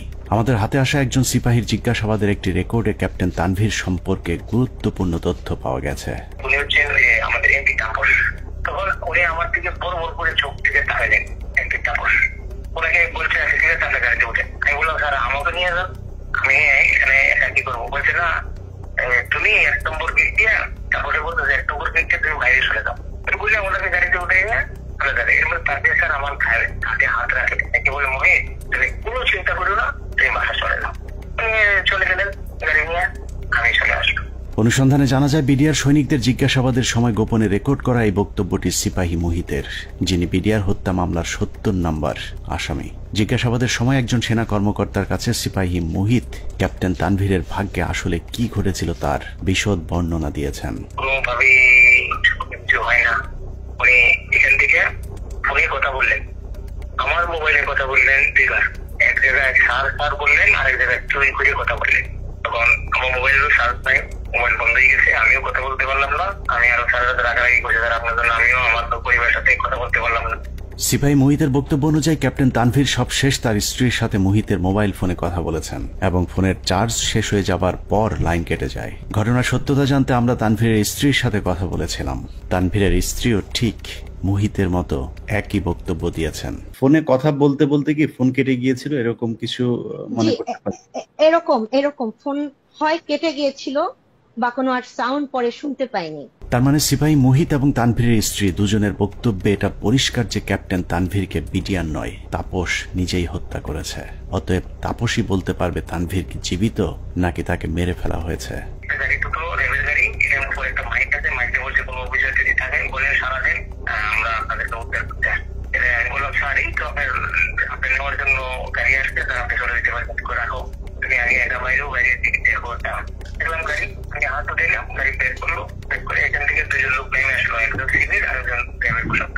আমাকে বললো যে কি করছো, এখানে একজন অফিসার আসলো, আসা করে জিজ্ঞেস করলো যে আপনি কে? উনি বলছেন যে আমি ক্যাপ্টেন তানভীর। উনি হচ্ছেন আমাদের এমপি তাপস, যে লোকটা এই লোকটা হচ্ছে এমপি তাপস সাহেব। তখন উনি আমার দিকে বড় বড় করে চোখ থেকে তাকালেন এমপি তাপস, ওনাকে বলছে তাদের গাড়িতে উঠে। সূত্র জানিয়েছে মুহিতের জিজ্ঞাসাবাদের এই রেকর্ডটি সিআইডিতে থাকাকালীন সেনাবাহিনী এবং র্যাবের কয়েক দফা জিজ্ঞাসাবাদ শেষে মুহিতকে সিআইডিতে জিজ্ঞাসাবাদের সময় মুহিত বলেন, আমার কোনো দোষ নেই, আমার অপরাধ একটাই, তা হলো জিজ্ঞাসাবাদে আমি ক্যাপ্টেন তানভীরকে তাপসের গাড়িতে তুলে দেওয়ার কথা সেনাবাহিনীর কর্মকর্তাদেরকে জানিয়েছিলাম। কোন একটি জিজ্ঞাসাবাদের সময় তাপস নিজে উপস্থিত থেকে মুহিতকে নির্যাতন করেছেন বলেও অভিযোগ করতে শোনা যায় সিপাহী মুহিতের ওই গোপন রেকর্ডে। আমি তানভীর স্যারকে পাঠাইছি, তানভীর স্যারকে তাপস স্যারের গাড়িতে উঠে দিচ্ছি, উনি যা বলবেন তাই। উনি যদি আমি বলে যে আমি ওনাকে পাঠাই না, তাহলে আমার মারি যান। এই বলছি তাপসের কথা, আমাকে এমন টিকাই দিল, দিয়ে আমাকে নিয়ে আবার সেলের ভিতরে রাখলো। রাখার পরে আবার লোক আসলো, তাপস সাহেব আসছে, তাপস সাহেবকে নিয়ে আসে তারা। এনে বলে স্যার ওই সাবার কথা সবাই আপনার বলে আপনাকে তানভীরকে রেখে আপনি নিয়ে আসতে নিয়ে আসে। সে এমন জোরে থাপ্পড় মারলো আমাকে একটা, আমি একটা বাড়িতে বলে গেলাম। উঠাইলো, উঠাই বলছে তুই এই কথা আর কখনো যাতে তোর মুখ দিয়া না আসে। পিলখানা ট্র্যাজেডির ৩৩ ঘন্টা মূলত সেনাবাহিনীর যেসব অফিসার বেঁচে ছিলেন তাদেরকে খুঁজে খুঁজে মারার জন্যই কালক্ষেপণ করা হয়েছিল, যে অভিযানের শেষ হয় তানভীরকে গুম অথবা খুন করার মধ্য দিয়ে। বিএম এর ক্যারেট দিয়ে দিতে পারতো, ৫ জন করে প্রত্যেক বছর এখানে দেওয়া যায়, সেটা যদি না দিতে পারতো তাহলে তাদের দিতে পারতো। কিন্তু এরা তো জানে যে আমার অফিসার না, সে জানে যে এটা আর্মির অফিসার। আপনি থেকে পার্মানেন্ট যদি চলে আসতো তাহলে সে জানতো এটা আমার অফিসার, কোন অবস্থায় মারতো না, মারতে গেলে নিজেদের মধ্যে যুদ্ধ লেগে যেত। পিলখানা ট্র্যাজেডি বলতে আমরা শুধুই ২৫ থেকে ২৭ ফেব্রুয়ারির হত্যাকাণ্ডকেই জানি, কিন্তু পিলখানার মূল ট্র্যাজেডির শুরু হয়েছিল বিডিআর অস্ত্র সমর্পণের পর। সিপাহী মুহিতের মতো যারাই মূল ঘটনা তুলে ধরতে চেয়েছিলেন তাদেরকেই ঠান্ডা মাথায় হত্যা করা হয়েছে। ২০০৯ সালের মার্চের ৩ তারিখ বিডিআরেরা কাজে যোগ দেওয়ার পর থেকে জিজ্ঞাসাবাদের নামে সেনাবাহিনী মোট ১০৮ জন বিডিআর জওয়ানকে হত্যা করেছে। এদের মধ্যে কয়েকজন ঘটনার পরিকল্পনার সাথে জড়িত, বাকিরা গুরুত্বপূর্ণ সাক্ষী। নিরীহ এসব বিডিআর সদস্যদের মৃত্যুর কারণ, পোস্টমর্টেম রিপোর্ট কিংবা হত্যাকাণ্ডের তদন্ত কোনো কিছুতেই বিডিআর পরিবারকে হস্তক্ষেপ করতে দেওয়া হয়নি। এমনকি গণমাধ্যমে কথা বলা নিয়েও দেয়া হয়েছিল কঠোর নিষেধাজ্ঞা। পিলখানা হত্যাকাণ্ডের পর জিজ্ঞাসাবাদে যারাই সত্য ঘটনা তুলে ধরতে চেয়েছে তাকেই হত্যা করা হয়েছে, কারণ পিলখানা হত্যাকাণ্ডের পরিকল্পনার সাথে সেনাবাহিনী এবং আওয়ামী লীগের কোন কোন ব্যক্তি জড়িত ছিল তা একমাত্র বিডিআর সদস্যরাই জানত, যে কারণে বিডিআরের গুরুত্বপূর্ণ সাক্ষীদেরকে জিজ্ঞাসাবাদের নামে নির্মমভাবে হত্যা করা হয়। আমি কেন 16 বছর জেল খাটলাম, এই জেল খাটার যে কারণ, এই কারণ আজ পর্যন্ত আমি আবিষ্কার করতে পারিনি। আমার কাছে অত্যন্ত আশ্চর্যের কোয়েশ্চেন ছিল যে একটা নিরপরাধ মানুষকে কিভাবে 16টা বছর একটা দেশের বিচার বিভাগ আটকিয়ে রাখতে পারে। পিলখানার ভিতরে হত্যাকাণ্ডের সময় ভাই একটা পরিষ্কার একটা ছাই রঙের একটা পিকআপ ছিল, আমার সেলিম যেটা বলে, স্যার আমাদের মারার কোনো পরিকল্পনা ছিল না, দেখেন আমিও ইনজুর্ড, মানে রিকোয়েস্টেড গুলি তার হাতে লেগেছিল, আমাকে দেখাইছি, আমি দেখছি, তার কাছে কাগজও ছিল। তো আমি বললাম যে তুমি তো সবার কাম ওয়ান বাই ওয়ান বললাম, তো ঘটনা এটা কেন? তো স্যার আমরা তো এর মধ্যে ছিলাম না, আমার কথা ছিল আমাদের পরিকল্পনা একরকম ছিল, এখানে এটা ছিল না, কিন্তু বাইরে থেকে একটা পিক আপ আসে, এই পিক আপ থেকে গুলি করে, তো সেখানে তো স্যার আমাকেও চিনে না, ওই সাদ্দের এক লাইনে ছিল, তো গুলিটা সাদ্দের গায়ে লাগে, ওই গুলির একটা অংশ আমার গায়ে লাগে। এবং এইটা করে সম্পূর্ণ বহিরাগত, আমি বিশ্বাস করি এটা ভারত থেকে আসা, যাদেরকে পরে সুন্দর করে পার করে দেওয়া হয়, একটা অংশ চলে যায় গাড়িতে করে আসাদুজ্জামান নূর এলাকার ওই এলাকা দিয়ে, আরেকটা অংশ যায় বিমানে, এই অংশটাকে ফলো করে ডিজিএফআই, তাদেরকে ঢুকতে দেওয়া হয়নি এয়ারপোর্টে, এবং সেটা বের হয়ে যায় অ্যাম্বুলেন্সের মাধ্যমে, আঞ্জুমান মফিজের অ্যাম্বুলেন্সের মাধ্যমে চলে যায়। তো এটা সম্পূর্ণ বহিরাগত পরিকল্পনা, সহযোগিতা করে আমাদের কিছু সেনাবাহিনী অফিসার, ভিতরে ছিল কর্নেল শামস তার ব্যাটালিয়নের সদস্য, আর বাইরে তো বললাম রেজানুর কাজ করে নাই। আর আমাদের শেখ হাসিনা যদি থাকে জড়িত, কি কি কাজ করবে, কাজ করতে পারে নাই। তবে আমি মনে করি দায়িত্ব পালনের অনীহা, এই কারণে সবাইকে আইনের আওতায় নিয়ে আসা উচিত। আমাদের দুর্ভাগ্য, মইনুল আমাদের সেনাপ্রধান ছিলেন, এটা আমাদের লজ্জা। পরবর্তীতে সেনাপ্রধান থাকেন যেন মুবিন, ইনিও এই অনাচার করে গেছেন। হত্যাকাণ্ডের সবচেয়ে গুরুত্বপূর্ণ সাক্ষী ছিলেন পিলখানা জামে মসজিদের পেশ ইমাম মাওলানা মোহাম্মদ সিদ্দিকুর রহমান। দরবার হলে সেদিন কি ঘটেছিল তার সবচেয়ে কাছ থেকে তিনিই দেখেছিলেন। সে ছিল মেন সাক্ষী। আমাকে বলছে যে আমরা 3 জন মেন সাক্ষী, এখন 3 জন মেন সাক্ষী হান বাঁচায় না মাইরে ফেলায় তো জানি না। আমি বলছি যে তুমি যা যা হয়েছে ওখানে দরবারে যা অফিসাররা বলছে এগুলো বলতে গেলা কেন? বললে কি হবে? সত্যি কথা বলবো না? হাসিনা ইচ্ছে করে মারছে, বলবো না? আমি যদি মরে যাই মরে যাবো, তার অসুবিধা। পিলখানা জামে মসজিদের ইমাম সাহেব শুধু দরবার হল নয়, আরো অনেক কিছু সাক্ষী ছিলেন। ঘটনার কয়েক মাস আগে থেকেই শুক্রবার জুম্মার নামাজের শেষে যেসব গোপন মিটিংগুলো হতো, সেখানে বিডিআরের সৈনিকদের সাথে তাপস, নানক এবং আওয়ামী লীগ নেতা তোরাব আলী সহ অনেককে উপস্থিত থাকতে দেখেছিলেন মসজিদের ইমাম সিদ্দিকুর রহমান। এই ডিসেম্বর মাস থেকে প্রতি শুক্রবার আমাদের মসজিদে আসতো, আইসা নামাজ পড়ে তারপর বলতো কি মুয়াজ্জিন সাহেব, ইমাম সাহেব আপনারা যান, মুয়াজ্জিন সাহেব আপনি পরে এসে একটু মসজিদে আটকাইয়েন, আমরা একটু কথা বলি। কিছু লোক নিয়ে উনি মসজিদের মাঝখানে বসে কথা বলতো, চারপাশে দরজা আটকাইয়া, তাই ওগুলো বাইরে থেকে শোনার কোনো কায়দা নেই, শোনা যাইতো না। এরকম প্রতি শুক্রবার করতো। ওই যে হাজি সেলিম নাকি ওনার নাম, আমাকে হুজুর যখন বাসায় আসছে দরবার হল থেকে, তারপরে মানে উনি ঘরে পায়চারি করে আর পান খায় আর পাগলের মতো করতেছে যে এইসব কাহিনীর জন্য এই হয়েছে, এসব তো আমাদের সৈনিকরা করবে না, কখনোই আমাদের সৈনিকরা অফিসারের উপরে আক্রমণ করবে না। যেভাবে গুলি করতে করতে ভিতরে ঢুকে গেছে, আর একজন হিন্দিতে কথা বলে, ইংলিশে কথা বলে, কমেন্ট করে ওদেরকে। পিলখানা জামে মসজিদের পেশ ইমাম তার পরিবারকে জানিয়েছিলেন, দরবার হলে বিডিআরের একজন সৈনিক প্রথমে অস্ত্র ধরলেও প্রথম হত্যা করা হয় বিডিআরের একজন সৈনিককে, যে কারণেই সৈনিকেরা উত্তেজিত হয়ে উঠেছিলেন। তারপরেও বিডিআরের সৈনিকেরা কোনো অফিসারকে গুলি করেননি, বরং একটি আতঙ্কের পরিবেশ তৈরি করতে চেয়েছিলেন। কিন্তু হঠাৎ করেই কয়েকজন অজ্ঞাত মুখোশধারী দরবার হলে ঢুকে অফিসারদেরকে এলো পাতাড়ি গুলি করতে থাকেন। যারা আমাদের সৈনিক তারা কিন্তু উপরে গুলি করছে, তারা কিন্তু ভিতরে গুলি করেনি, গায়ে গুলি করেনি, তাদেরকে গুলি করার অর্ডার দিয়েছে। একজন মানে বলতেছে আমাদের বাসার সামনে থেকে যায় এক বাবুর্চি, হাতে একটা লাঠি। তখন আমার ছেলে আবার ওয়ালের উপর থেকে বলতেছে, আঙ্কেল আপনি লাঠি নিয়ে যান কেন? আমি যদি লাঠি না নিই না আমার নাকি মেরে ফেলবে। এখন এরা ভয়ে এরা অস্ত্র নিছে, কিন্তু এরা গুলি করে নেই। এরা কি করছে, ওই ছাদের দিকে গুলি করছে, উপরে গুলি করছে, এই করিডোরে ওরা বের হয়ে চলে গেছে। ঘটনার পর জিজ্ঞাসাবাদেও ইমাম সাহেব একই কথা বলেছিলেন, কিন্তু বহিরাগতদের হিন্দিতে কথা বলার বিষয়গুলো বাদ দিয়ে সরকারের লিখে দেওয়া সাক্ষী দেওয়ার জন্য ইমাম সাহেবকে চাপ দেওয়া হয়। কিন্তু ইমাম সাহেব সেই চাপে মিথ্যা সাক্ষী দিতে রাজি হননি, যে কারণে তার উপর শুরু হয় শারীরিক এবং মানসিক নির্যাতন। আমাকে স্টেটমেন্ট ওখানে চেঞ্জ করতে বলছে, আপনার স্টেটমেন্ট সবগুলো ডিলিট করে আমরা নতুন যেটা বলবো সেইটা আপনি দেবেন, সেই বয়ান রেকর্ড করব। এটার জন্য খুব চাপ দিয়েছে। চাপ দেওয়ার পর উনি বলছে যে আমি কোনোদিন এটা পাল্টাবো না, কারণ আমি যা চোখে দেখছি এবং আমি যা যা দেখছি, যা যা ঘটনা ঘটছে, এগুলো আমি বলবোই, এটা ছাড়া আমি মিথ্যা কথা বলতে পারবো না। সেটা আপনারা যা করেন করেন। তখন তারা নিয়ে একটা সৈনিকের মানে লজ্জাস্থানে নাকি কারেন্ট দিয়ে শক দেয়, এইটা দেখাইছে তারে। উনি মানে আমি ওই সময় মানে অজ্ঞান হয়ে যাই, এরকম অবস্থা হয়ে গেছিল আমার। আমি মানুষ এরকম কিভাবে করে। তারপরেও ইমাম সাহেব কোনোভাবেই মিথ্যা বলতে রাজি না হওয়ায় 2009 সালের 12ই মার্চ জিজ্ঞাসাবাদের জন্য ডেকে নিয়ে যাওয়া হয় তাকে। সেদিনই ছিল তার জীবনের শেষ দিন।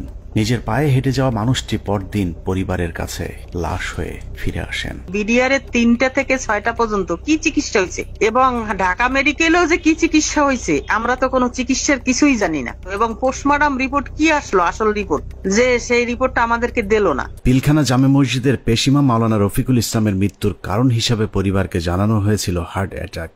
ইমাম সাহেবের মতো 3 তারিখের পর থেকে হঠাৎ করে পিলখানা থেকে ধরে নিয়ে যাওয়া বিডিআর সদস্যদের হার্ট অ্যাটাক এবং আত্মহত্যার সংখ্যা বাড়তে থাকে, যা ছিল মূলত সেনাবাহিনীর বিডিআর সদস্যদেরকে হত্যার একটি কৌশল। আত্মহত্যার নামে সেনাবাহিনীর এরকম এক হত্যাকাণ্ডের শিকার দিনাজপুর সেক্টরের বিডিআরের নায়েক সুবেদার মোজাম্মেল হক। প্রায় 6 ফুট লম্বা একজন মানুষকে হত্যার পর লো হাইটের বাথরুমের সিলিংয়ে ঝুলিয়ে রেখে আত্মহত্যার গল্প সাজানো হয়। মেজর আসাদ স্যার মারা গিয়েছিলেন, লেফটেন্যান্ট কর্নেল কায়সার স্যার ওনার কিলারদেরকে আইডেন্টিফাই করা, তারপরে আমাদের খুব গুরুত্বপূর্ণ একজন ভালো মানুষ সেন্ট্রাল সুবেদার মেজর নুরুল ইসলাম, উনার হত্যাকাণ্ডে খুনে কারা ছিল, তারপরে মেজর সালাম। এ প্রসঙ্গে আরেকটা ইএমই ব্রাঞ্চ, যেটা ইএমই বিডিআর এর অংশ, ইএমই এর যে ডিএডি কে জিজ্ঞাসাবাদ করা হয়, ওই জিজ্ঞাসাবাদ করে ওই বিকালবেলা ওই ইএমই ডিএডি কে আমরা ব্যারাকে ফেরত দিয়ে আসি। দিয়ে আসার পর কয়েক ঘন্টা পরে মনে হয় সন্ধ্যাবেলা আমরা খবর পেলাম যে আমি সেটে খুব শুনলাম যে ব্যারাকে একজন আত্মহত্যা করছে। পিলখানা হত্যাকাণ্ডের মাস 3 আগে থেকে যেসব মিটিংগুলো হতো, এরকম গোপন 2-1টি মিটিং এ উপস্থিত ছিলেন ডিএডি হাবিব। আওয়ামী লীগ নেতা এবং বিডিআর এর কিছু সদস্যের গভীর ষড়যন্ত্র বুঝতে পেরে সে মিটিং এর গুরুত্বপূর্ণ কিছু আলোচনা গোপনে রেকর্ড করেছিলেন, যে কারণে পিলখানা হত্যা মামলায় ডিএডি হাবিবের গুরুত্বপূর্ণ জবানবন্দি পাওয়া যেত। কিন্তু জিজ্ঞাসাবাদের নামে তাকে 2009 সালে হত্যা করা হয়। তবে মৃত্যুর আগের জিজ্ঞাসাবাদের সময়কার একটি রেকর্ড আমরা আমাদের অনুসন্ধানে সংগ্রহ করেছি। এত নিরীহ লোক মারা যাচ্ছে তো, এই জন্য আমার ওই লাগছে, আমার কাছে যারা এই কেসের হোতা তাদের আমার কাছে রেকর্ড আছে। কি রেকর্ড আছে? Mobile record. মোবাইল রেকর্ড কোথায়? আমার বাসা আছে, আমার স্ত্রীর কাছে একটা আছে, আর একটা আমার একজন লেখা আছে কয় তারিখ যেন এটা করা আছে। ডিএডি হাবিবের বাসার সেই ক্যাসেট হয়তো সেনাবাহিনী উদ্ধার করেছিল, কিন্তু আদালতে উপস্থাপন করা হয়নি, কারণ সেখানে আওয়ামী লীগ নেতাদের জড়িত থাকার সব প্রমাণ ছিল। রেকর্ডে লিখে রাখছি এই এতে সাথে কথোপকথনে কারা কারা জড়িত এর ভেতর। বেশ কিছু লোক আছে, যেমন এটা প্রথমে ছিল আগে এমপি সেলিমের কাছে। কোন সেলিম? এমপি শেখ সেলিম আগে। শেখ সেলিম? হ্যাঁ। আওয়ামী লীগের সাথে বিডিআরের ধারাবাহিক এসব গোপন মিটিং এর বিষয়টি জানার পর কিছু সৈনিক বিডিআরের নিজস্ব সিকিউরিটি ইউনিটকে জানিয়েছিল। ঘটনার 4 দিন আগে 21শে ফেব্রুয়ারি সিকিউরিটি ইউনিটের সিনিয়র জেসিও নায়েক সুবেদার রফিকুল ইসলাম বিডিআর সৈনিকদের কাছ থেকে প্রাপ্ত তথ্য ডিজিএফআই সহ ঊর্ধ্বতন সেনা গোয়েন্দা কর্তৃপক্ষকে জানিয়েছিলেন। তার সেই তথ্যের ভিত্তিতে কিছু পদক্ষেপ নেওয়া হয়েছিল, কিন্তু শেষ রক্ষা হয়নি। সুবেদার রফিকুল ইসলামকে প্রথমে ঘটনার গুরুত্বপূর্ণ সাক্ষী হিসেবে অন্তর্ভুক্ত করা হয়েছিল, কিন্তু হত্যাকাণ্ডে সেনাবাহিনীর সম্পৃক্ত থাকার বিষয়টি ধামাচাপা দিতে ঘটনার প্রায় 2 মাস পরে তাকে আটক করা হয়। কিন্তু মামলার প্রথম চার্জশিটে সুবেদার রফিকুল ইসলামের নাম না থাকা সত্ত্বেও সম্পূরক চার্জশিটের মাধ্যমে তাকে 12 নম্বর আসামি হিসেবে অন্তর্ভুক্ত করা হয়। নির্বাচনের উপলক্ষে তুরাবালি, যেটা হাজারীবাগের আওয়ামী লীগের নেতা যে লিটনের বাবা, তার সঙ্গে আমাদের বিডিআর সদস্যরা মিটিং এ করে কিভাবে তাপস সাহেবকে নির্বাচনে জয়ী করা যায়, যদি নির্বাচনে জয়ী করে দিতে পারো তোমাদেরকে অনেক সুযোগ সুবিধা দেওয়া হবে। এর উপর বেসিস করে আমাদের কিছু অসৎ সদস্য তাপসের বাসায় যায় এবং সেখানে তাপস তাদেরকে তার নির্বাচনী কাজকর্ম করার কথা বলে এবং তাদের যে সমস্ত তারা কিছু দাবি দেওয়া পেশ করে, সেই দাবি দেওয়া গুলা পুরা করা হবে বলে তাদেরকে আশ্বাস দেয়। আমি ঘটনা ঘটার 5 দিন পূর্বে 21 ফেব্রুয়ারি কর্তৃপক্ষকে জানাই আমার রিপোর্টের বিশেষ করিয়া পিলখানার সমস্ত ম্যাগাজিনে কোয়ার্টার এই কুতে অফিসার নিয়োগ দেওয়া হয় এবং বাহিরের যে সমস্ত গোয়েন্দারা ডিউটি করে। আমি পৃথিবীর ইতিহাসে নজির নাই যে কোনো ঘটনা ঘটার 5 দিন আগে রিপোর্ট দেয়। সেই রিপোর্ট আমি দিছি যে ঘটনা ঘটবে এবং কারা কারা জড়িত। সুবেদার রফিকুল ছিলেন বিডিআর এর উজ্জ্বল এক নক্ষত্র। 2009 সালে তিনি অর্জন করেছিলেন শ্রেষ্ঠ ভিওপি কমান্ডার প্রথম পুরস্কার। এছাড়া অসামান্য এসিআর পুরস্কার ছাড়াও বাহিনীতে তার সুনাম ছিল সর্বজন স্বীকৃত। সীমান্তের অতন্দ্র এই প্রহরীকে মৃত্যুর মুখে ঠেলে দেওয়ার উদ্দেশ্যেই তার বিরুদ্ধে যাবজ্জীবন কারাদণ্ডের রায় দেওয়া হয়েছে। পিলখানা হত্যাকাণ্ডের আগে আওয়ামী লীগের যেসব গোপন মিটিং হয়েছিল সেই মিটিং এ অংশ নিয়ে আরেকজন সিপাহী সেলিম রেজা। 2009 সালে জিজ্ঞাসাবাদের সময় রেকর্ড করা সেলিম রেজার বক্তব্যটা অত্যন্ত গুরুত্বপূর্ণ। স্যার, আমি নির্বাচনের আগে ব্যারিস্টার ফজলুর তাপস বিডিআর কেন্দ্রে মসজিদে নামাজ পড়তে আসতেন। ওখানে আসার পরে lieutenant colonel Shams, lieutenant colonel Furqan, major Reza ওনারা কথা বলতেন। আমিও এখানে ছিলাম, আমিও মাঝে মধ্যে তাদের সাথে কথা বলতাম। কথা বলার এক পর্যায়ে নির্বাচনের কিছু আগে আবার তাপস সাহেব পিলখানার ভিতরে এসে নির্বাচনের উপস্থাপনা শুরু করে। তখন বলে বিডিআরের তো অনেক সমস্যা আছে, তো আমরা এগুলো ক্ষমতায় গেলে সমাধান করে দেবো, তো এখানে বেশি কথা বলা যায় না, তো আপনারা আমার বাসায় আসেন। এই চলে গেল। এরপরে যখন নির্বাচন হয়ে গেল, নির্বাচন হয়ে যাওয়ার পরে লেফটেন্যান্ট কর্নেল শামস উদ্বুদ্ধ করলো আমাদেরকে, তোমরা যে কথাবার্তা বললে তো তোমাদের দাবি দেওয়া তো কেমন কিছু হলো না। এখন আমি একটা প্ল্যান করে দিচ্ছি, তোমরা সেই প্ল্যান মোতাবেক শেখ সেলিমের বাসায় যাবা, তোমাদের দাবি দেওয়া জানিয়ে আসবা, আর যা যা করা লাগে আমি করে দেবো সবকিছু। জিজ্ঞাসাবাদে সেলিম রেজা জানিয়েছিলেন তাপস সেলিমদের সাথে গোপন বৈঠকে বিডিআর সদস্যদেরকে বলা হয়েছিল দরবার হলে শুধুমাত্র বিডিআর ডিজিকে জিম্মি করলেই শেখ হাসিনা তাদের সব শর্ত মেনে নেবেন। কিন্তু দরবার হলে যখন অফিসারদেরকে গুলি করে হত্যা করা শুরু হয় তখন সেলিম রেজা বহিরাগত খুনিদের বিরুদ্ধে অস্ত্র তুলে ধরেছিলেন, যে কারণে তিনিও গুলিবিদ্ধ হন। পিলখানার ঘটনায় সেলিম রেজার গুলিবিদ্ধ হয়ে হাসপাতালে ভর্তি হবার প্রমাণও আমাদের কাছে রয়েছে।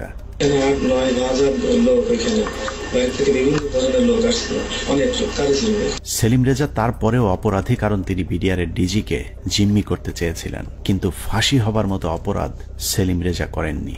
আওয়ামী লীগ নেতাদেরকে বাঁচাতেই সেলিম রেজার বিরুদ্ধে ফাঁসির রায় দিয়ে তাকে হত্যার পরিকল্পনা করা হয়েছিল।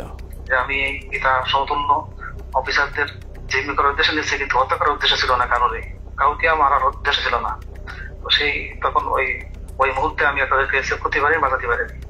এরপরে এসকালের গাড়ি থেকে যারা ছিল তাদের চুল লম্বা লম্বা ছিল, ভরসা দেওয়া না, আমাকে দেশের কোনো সহি বলে আমার মনে হচ্ছিল না। থেকে ডিজি সাহেব সহ আমাকে গুলি করে, ডিজি সাহেব জায়গায় সামনে পড়ে যায়, আর আমার হাতে প্রথমে বুকে লাগে আমার গুলিটা বুলেট প্রুফ থাকায় গুলিটা রিকোয়েস্ট হয়ে মুখের সম্মুখ ভাগ উপরে চলে যায়। আরেকটু হলে আমার হয়তো গলায় লাগতো, মানে 3টা গুলি আঘাত আমার গায়ে। পিলখানা হত্যাকাণ্ডের মূল পরিকল্পনাকারীদের আড়াল করতে বাংলাদেশ সেনাবাহিনী যা করেছে তা হিটলারের বর্বরতাকেও ছাড়িয়ে যায়। হিটলার যদিও অন্য দেশের অন্য ধর্মের মানুষকে হত্যা করতে চেয়েছিল, কিন্তু সেনাবাহিনী নিজেদের সহকর্মীদের উপরেও চালিয়েছে মধ্যযুগীয় বর্বরতা। পিলখানা হত্যাকাণ্ডের মূল পরিকল্পনাকারীদের পরিচয় যেই প্রকাশ করতে চেয়েছে তাকেই দুনিয়া থেকে সরিয়ে দেওয়া হয়েছে। এই ক্ষেত্রে বিডিআরের পাশাপাশি সেনাবাহিনীর কর্মকর্তাদেরকেও ন্যূনতম করুণা দেখায়নি সেনাবাহিনী। পিলখানা হত্যাকাণ্ডের অনেক গুরুত্বপূর্ণ ঘটনার সাক্ষী ছিলেন ক্যাপ্টেন শাহনাজ। তিনি প্রথম হত্যাকাণ্ডে ভারতীয় বাহিনীর উপস্থিতি আবিষ্কার করে গণমাধ্যমকে বক্তব্য দিয়েছিলেন। যে এসএমজিটি দেখা যাচ্ছে সেই এসএমজিটি সিলিংটা নরমাল সিলিং এর মতো না, একটু টেল ইউ দ্যাট এই সিলিং বাইনোকুলারটা আমরা আরবিতে ব্যবহার করি না, আমার জানা মতে বিডিআর ব্যবহার করে না। তার এই বক্তব্যের চড়া মূল্য দিতে হয়েছিল দেশপ্রেমিক সেনা কর্মকর্তা ক্যাপ্টেন শাহনাজ জাহানকে। প্রচন্ড পরিকল্পিত, অনেক আগে থেকে পরিকল্পনা করার বিষয়টা, ওই কথাগুলো তো আমি ওই দিনই বলেছি। তারপরে যেটা হলো যে আমি এরপরে চাকরি ছেড়ে দিই একদিন পরে, আর 27 তারিখে, তো আমি 28 তারিখে আমি প্রথমে করি অ্যাপেন্ডিক্স যে সাবমিট করি যে আমি এখানে আর চাকরি করব না, কারণ হচ্ছে আমার মোরাল ডাউন হয়ে গেছে। এখানে বাংলাদেশের মতো একটা আর্মির ভেতর, ঢাকার ভেতরে কিভাবে এই ঘটনা ঘটলো, কেউ কোনো প্রশ্নের উত্তর দিচ্ছে না আমি যেখানে, এবং আমাকে যখন থ্রেড দেওয়া হলো আমাদেরই প্রতিষ্ঠান থেকে, তখন আমি বুঝে গেলাম যে আসলে এখানে কি হয়েছে। উপরে যে আমি জিজ্ঞেস করছি, তারপরে আমাকে যখন পরবর্তীতে এমএস করলেন, নিজে কল করলেন, তখন আমি স্যারকে বললাম যে স্যার আমাকে স্যারকে বললাম না, তার আগে যে আমি বলেছিলাম যে জামিউল স্যার ছিলেন আমাদের ইঞ্জিনিয়ার স্যার, তখন এমএস ব্রাঞ্চে, তখন আমি স্যারকে প্রশ্ন করেছিলাম যে স্যার এই যে পোস্টিং গুলো হলো, আপনি তো নিজেই পোস্টিং গুলোর সাথে যুক্ত ছিলেন, আপনি আমাকে বলতে পারেন যে 57 জন অফিসারকে কেন আপনারা গত 3 মাসে একসাথে পোস্টেড করলেন? আপনারা কি জানতেন স্যার এখানে ওনাদেরকে মেরে ফেলা হবে? উনি আমার ফোন, মানে ওনার যে রিয়াকশনটা ছিল, ধরেন আমার কি হবে যে না তো এরকম কিছু না, আমরা হঠাৎ করে শুনলে কি হয়, হি ওয়াজ লাইক তুমি ফোনে এসব কি আলোচনা করতেছো, so secret thing I have asked হিম।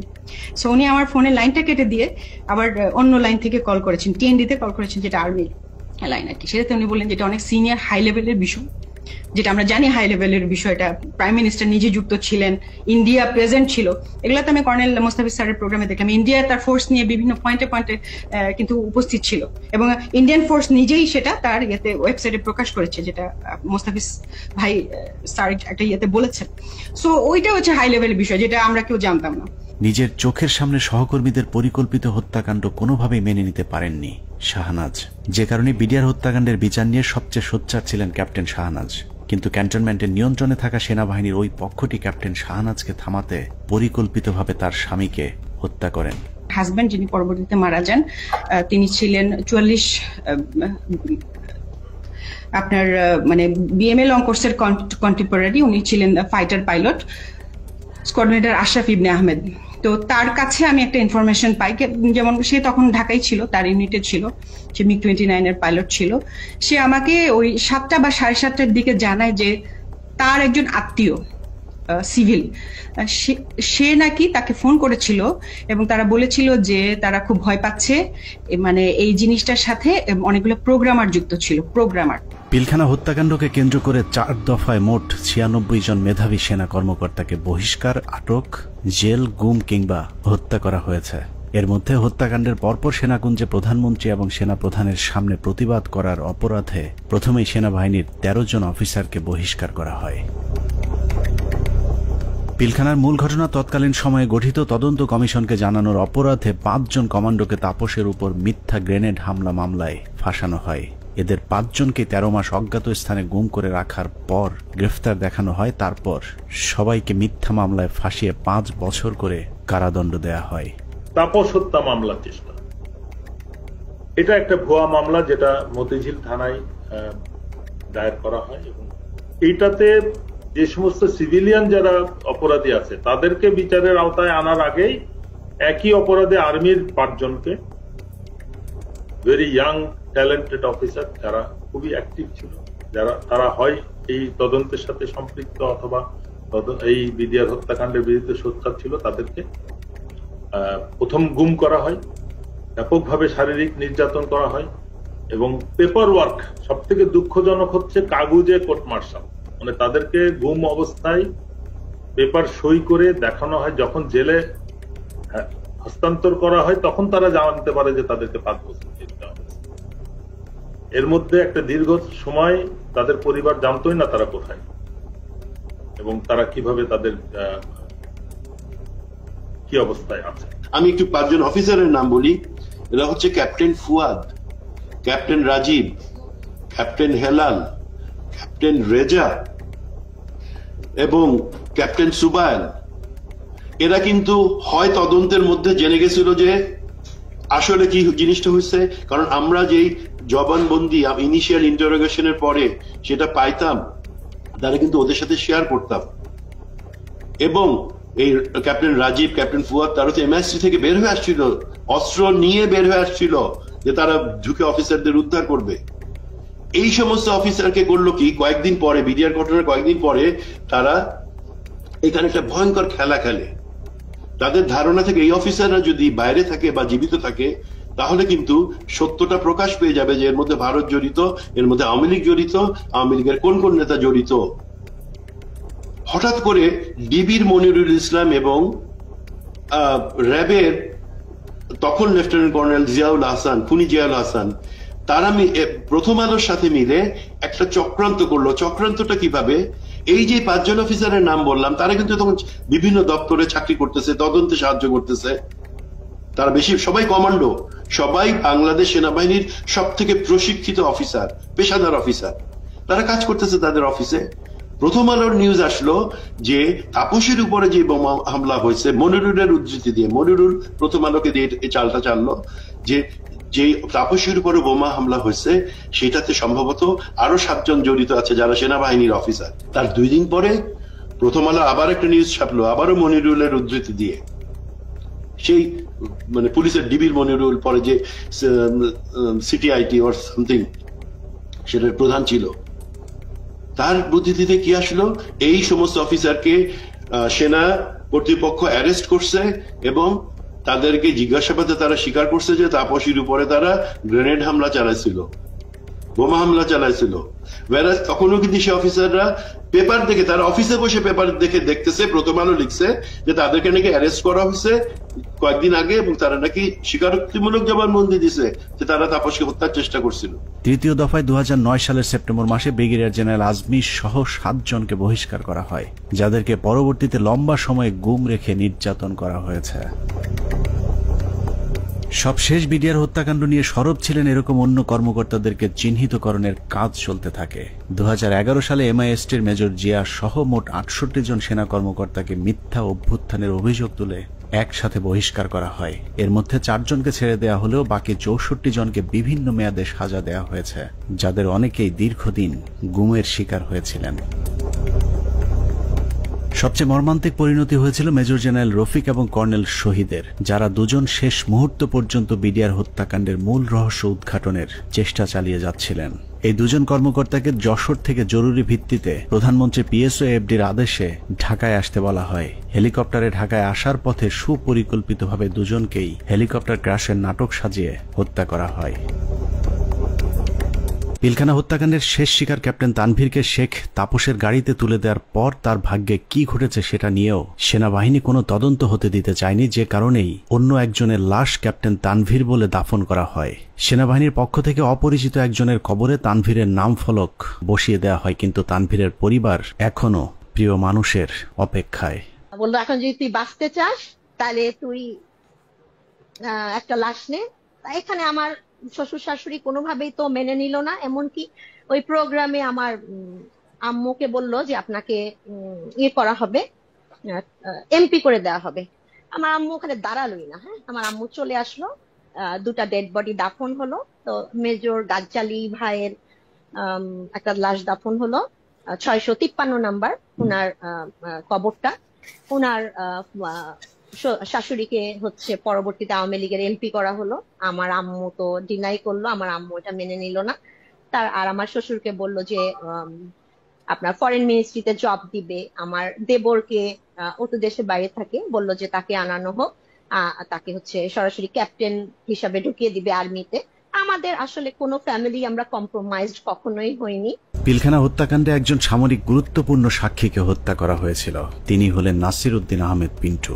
পিলখানা হত্যাকাণ্ডে বিএনপিকে জড়াতেই আটক করা হয় পুরান ঢাকার জনপ্রিয় এই বিএনপি নেতাকে। এরপর জেলখানায় বিডিআর মামলার আসামিরা তাকে গুরুত্বপূর্ণ তথ্য জানিয়েছিলেন, যে কারণেই পিন্টুকে পরিকল্পিতভাবে হত্যা করা হয়। জেলখানায় যখন এরা এত তথ্য দিত আমাকে, তখন আমি খুব বিব্রত অবস্থায় পড়ি, কারণ আমি তো আসলে কিছুই করতে পারবো। আমি তাদেরকে বলি, পিন্টু ভাই আছে, তাকে সব বলো। উনি তো প্রায় প্রতি সপ্তাহে উনি কোর্টে যান, কোর্টে গেলে তথ্যটা পাস করতে পারবেন, তোমাদের দায়িত্ব পিন্টু ভাইকে বলা। আমার বিশ্বাস, আমি ধারণ করি পিন্টু ভাই সকল তথ্য জানতেন জেলে থাকে, তো সবাই ওখানে আছে, এই জানার জন্য পিন্টু ভাই মারা গেছেন জেলে। হত্যাকাণ্ডের সব সাক্ষীদের নিশ্চিহ্ন করার এই পরিকল্পনা ছিল অত্যন্ত সুদীর্ঘ, বিস্তৃত। বিডিআর সদস্যদেরকে জিজ্ঞাসাবাদের নামে ধরে নিয়ে যাওয়া সেনা কর্মকর্তা, সিআইডির কর্মকর্তা আব্দুল কাহার আকন্দ সহ অন্য কর্মকর্তারা, ডেথ সার্টিফিকেট এবং পোস্টমর্টেমের সাথে জড়িত সকলেই ছিল এই পরিকল্পনার অংশ। পিলখানা হত্যাকাণ্ডের সব সাক্ষীদের মুখ বন্ধ করবার পর শুরু হয় বিচার, যে বিচারের নামে বিডিআরের 18,519 জন জওয়ানের সাথে ইতিহাসের নিষ্ঠুরতম নৃশংসতা চালানো হয়েছে। এই মামলায় মূল পরিকল্পনাকারীদের বাঁচিয়ে দিয়ে সাক্ষীদেরকে করা হয়েছে খুন, খুনিদের করা হয়েছে সাক্ষী আর চোখে দেখেনি এমন সাক্ষীদের বর্ণনাতেই হয়েছে ফাঁসির রায়। উদুর পিণ্ডি বুদোর ঘাড়ে চাপিয়ে সেনাবাহিনী তাদের অপকর্মের দায় চাপিয়ে দিয়েছে নিরীহ বিডিআরদের উপর। বিচারের নামে বিডিআরের উপর কতটা অবিচার করা হয়েছে তা দেখতে আমরা 2-1 ফাঁসির আসামির বিচারের নমুনা তুলে ধরলেই সবকিছু দিনের মতো পরিষ্কার হয়ে যাবে, যার শুরুটা করব পিলখানা হত্যা মামলার 1 নম্বর আসামিকে দিয়ে। অনুসন্ধানের শুরুতেই ডিএডি সৈয়দ তৌহিদের কথা বলেছিলাম, যিনি পিলখানা হত্যা মামলার 1 নম্বর আসামি। বলা হয়েছে পিলখানা হত্যাকাণ্ডের মূল পরিকল্পনাকারী তিনি। তার ব্যাপারে একটা গল্প সাজানো হয়েছিল। ডিএডি তৌহিদ নাকি ছিলেন জাহাঙ্গীর কবির নানকের বাল্যবন্ধু, তার সাথে মিলেমিশেই ঘটানো হয়েছে পিলখানা হত্যাকাণ্ড। এখন প্রশ্ন হলো, নানকের সাথে মিলেমিশে যদি ডিএডি তৌহিদ হত্যাকাণ্ড ঘটিয়ে থাকেন, তাহলে তৌহিদের যদি ফাঁসি হয়, নানক কিভাবে বেঁচে গিয়েছিলেন? আমার হাজবেন্ড কোনো মন্ত্রী, কোনো MP কারো বাসায় যায় নাই, কোনো মিটিং এ তার নাম নাই, কোথাও সে নাই। প্রধানমন্ত্রীর কাছে সে গেছে, এইখান থেকেই তার শুরু হলো। প্রধানমন্ত্রীর কাছে সে কিভাবে গেল, তাকে কিভাবে নিয়ে যাওয়া হইলো, পরবর্তীতে সে কি করলো, সবকিছুই তো কাগজে কলমে আসছে। তারপরও কেন তাকে 1 নম্বর আসামি বানাইয়ে এত বড় শাস্তি দেওয়া হইলো?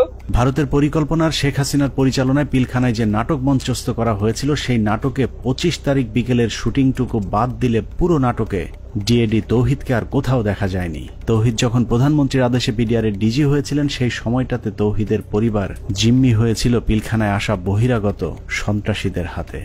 দরজা ভেঙে ফেলে আমার দিকে এবং আমার ছেলে মেয়ের দিকে অস্ত্র তাক করে আবার একইভাবে তারা বাসার ভিতরে আপনার খুঁজতে থাকে আমার হাজবেন্ডকে। পরবর্তীতে আমি আমার হাজবেন্ডকে আমি ফোন দিয়ে বলি যে এইভাবে বিদ্রোহীরা আমার বাসায় আসতেছে, বিডিআর এর পোশাক পরা, মুখোশ পরা, আমি তো চিনি না, এরা তোমার ঠিকানা জানতে চায়, না জানাই তাহলে আমাদেরকে মেরে ফেলবে, হুমকি দিতেছে। তারপরেও ধরুন ডিএডি তৌহিদ মূল পরিকল্পনা করেছিল, কিন্তু তার বিরুদ্ধে যে অভিযোগ আনা হয়েছে সেখানেও নাটকের পর নাটক সাজানো হয়েছে। ডিএডি সৈয়দ তৌহিদের ফাঁসি হয়েছে মেজর আসাদ হত্যার হুকুমের আসামি হিসেবে, যার সাক্ষীর উপর ভিত্তি করে ডিএডি তৌহিদের ফাঁসির রায় হয়েছে। সেই সিপাহীর নাম আনোয়ার হোসেন। সিপাহী আনোয়ার তার দণ্ডবিধির 164 ধারার জবানবন্দিতে বলেছেন, ডিএডি তৌহিদের নির্দেশে মেজর আসাদকে হত্যা করা হয়েছে। সিপাহী আনোয়ার তার জবানবন্দিতে বলেছেন, 25 ফেব্রুয়ারি আনুমানিক 9:50 সময় ডিএডি তৌহিদ স্যার এসে উত্তেজিত হয়ে নির্দেশ দেন যে তোমরা সকলে অস্ত্রাগারে গিয়ে অস্ত্র নিয়ে আর্মি অফিসারদের খতম করো। ওই সময় আমাদের অফিসের সামনে মার খেতে থাকা মেজর আসাদ স্যার বলেন, আমাকে বাঁচাও, ওরা আমাকে মারছে বলে দৌড়ে দোতলার সিঁড়ির কাছে পড়ে যান। আমি এই দৃশ্য দেখে খুব দ্রুত তার কাছে যাই। তখন তিনি বলেন, আমি মেজর আসাদ, ওরা আমাকে মেরে ফেলবে, আমাকে একটু বাঁচাও ভাই, আমাকে উপরে নিয়ে চলো। আমি তখন মেজর আসাদ স্যারকে ধরে উপরে দোতলায় সিও সাহেবের অফিসে নিয়ে যাই। এর কিছুক্ষণ পরে ডিএডি তৌহিদ ওখানে আসেন এবং আসাদ স্যারকে দেখে তাহাদের ফিনিশ বলে রুম থেকে বের হয়ে যায়। সঙ্গে সঙ্গে হাবিলদার বেলায়েত, নায়েক আসাদ, সিপাহী আমিনার মেজর আসাদ স্যারকে গুলি করে হত্যা করে চলে যায়। আমি টেবিলের নিচে লুকিয়ে থাকা অবস্থায় অস্ত্রধারীদের গুলিতে আহত হই। সিপাহী আনোয়ারের সাজানো গোছানো এই স্ক্রিপ্টটি শুনে অবিশ্বাস করার কোনো উপায় নেই, কিন্তু সমস্যা হলো হাসিনার পরিচালিত নাটকে যেই ডিএডি তৌহিদকে দিয়ে মেজর আসাদকে হত্যা করানো হয়েছে, সেই ডিএডি তৌহিদকে আমরা নাটকের অন্য আরেক জায়গায় আবিষ্কার করেছি। 4 তলায় নিয়ে গেল, টয়লেটের মধ্যে ডিএডি তৌহিদ লুকায় আছে। তাই আমি তুমি কি দরবার হলে ছিল না?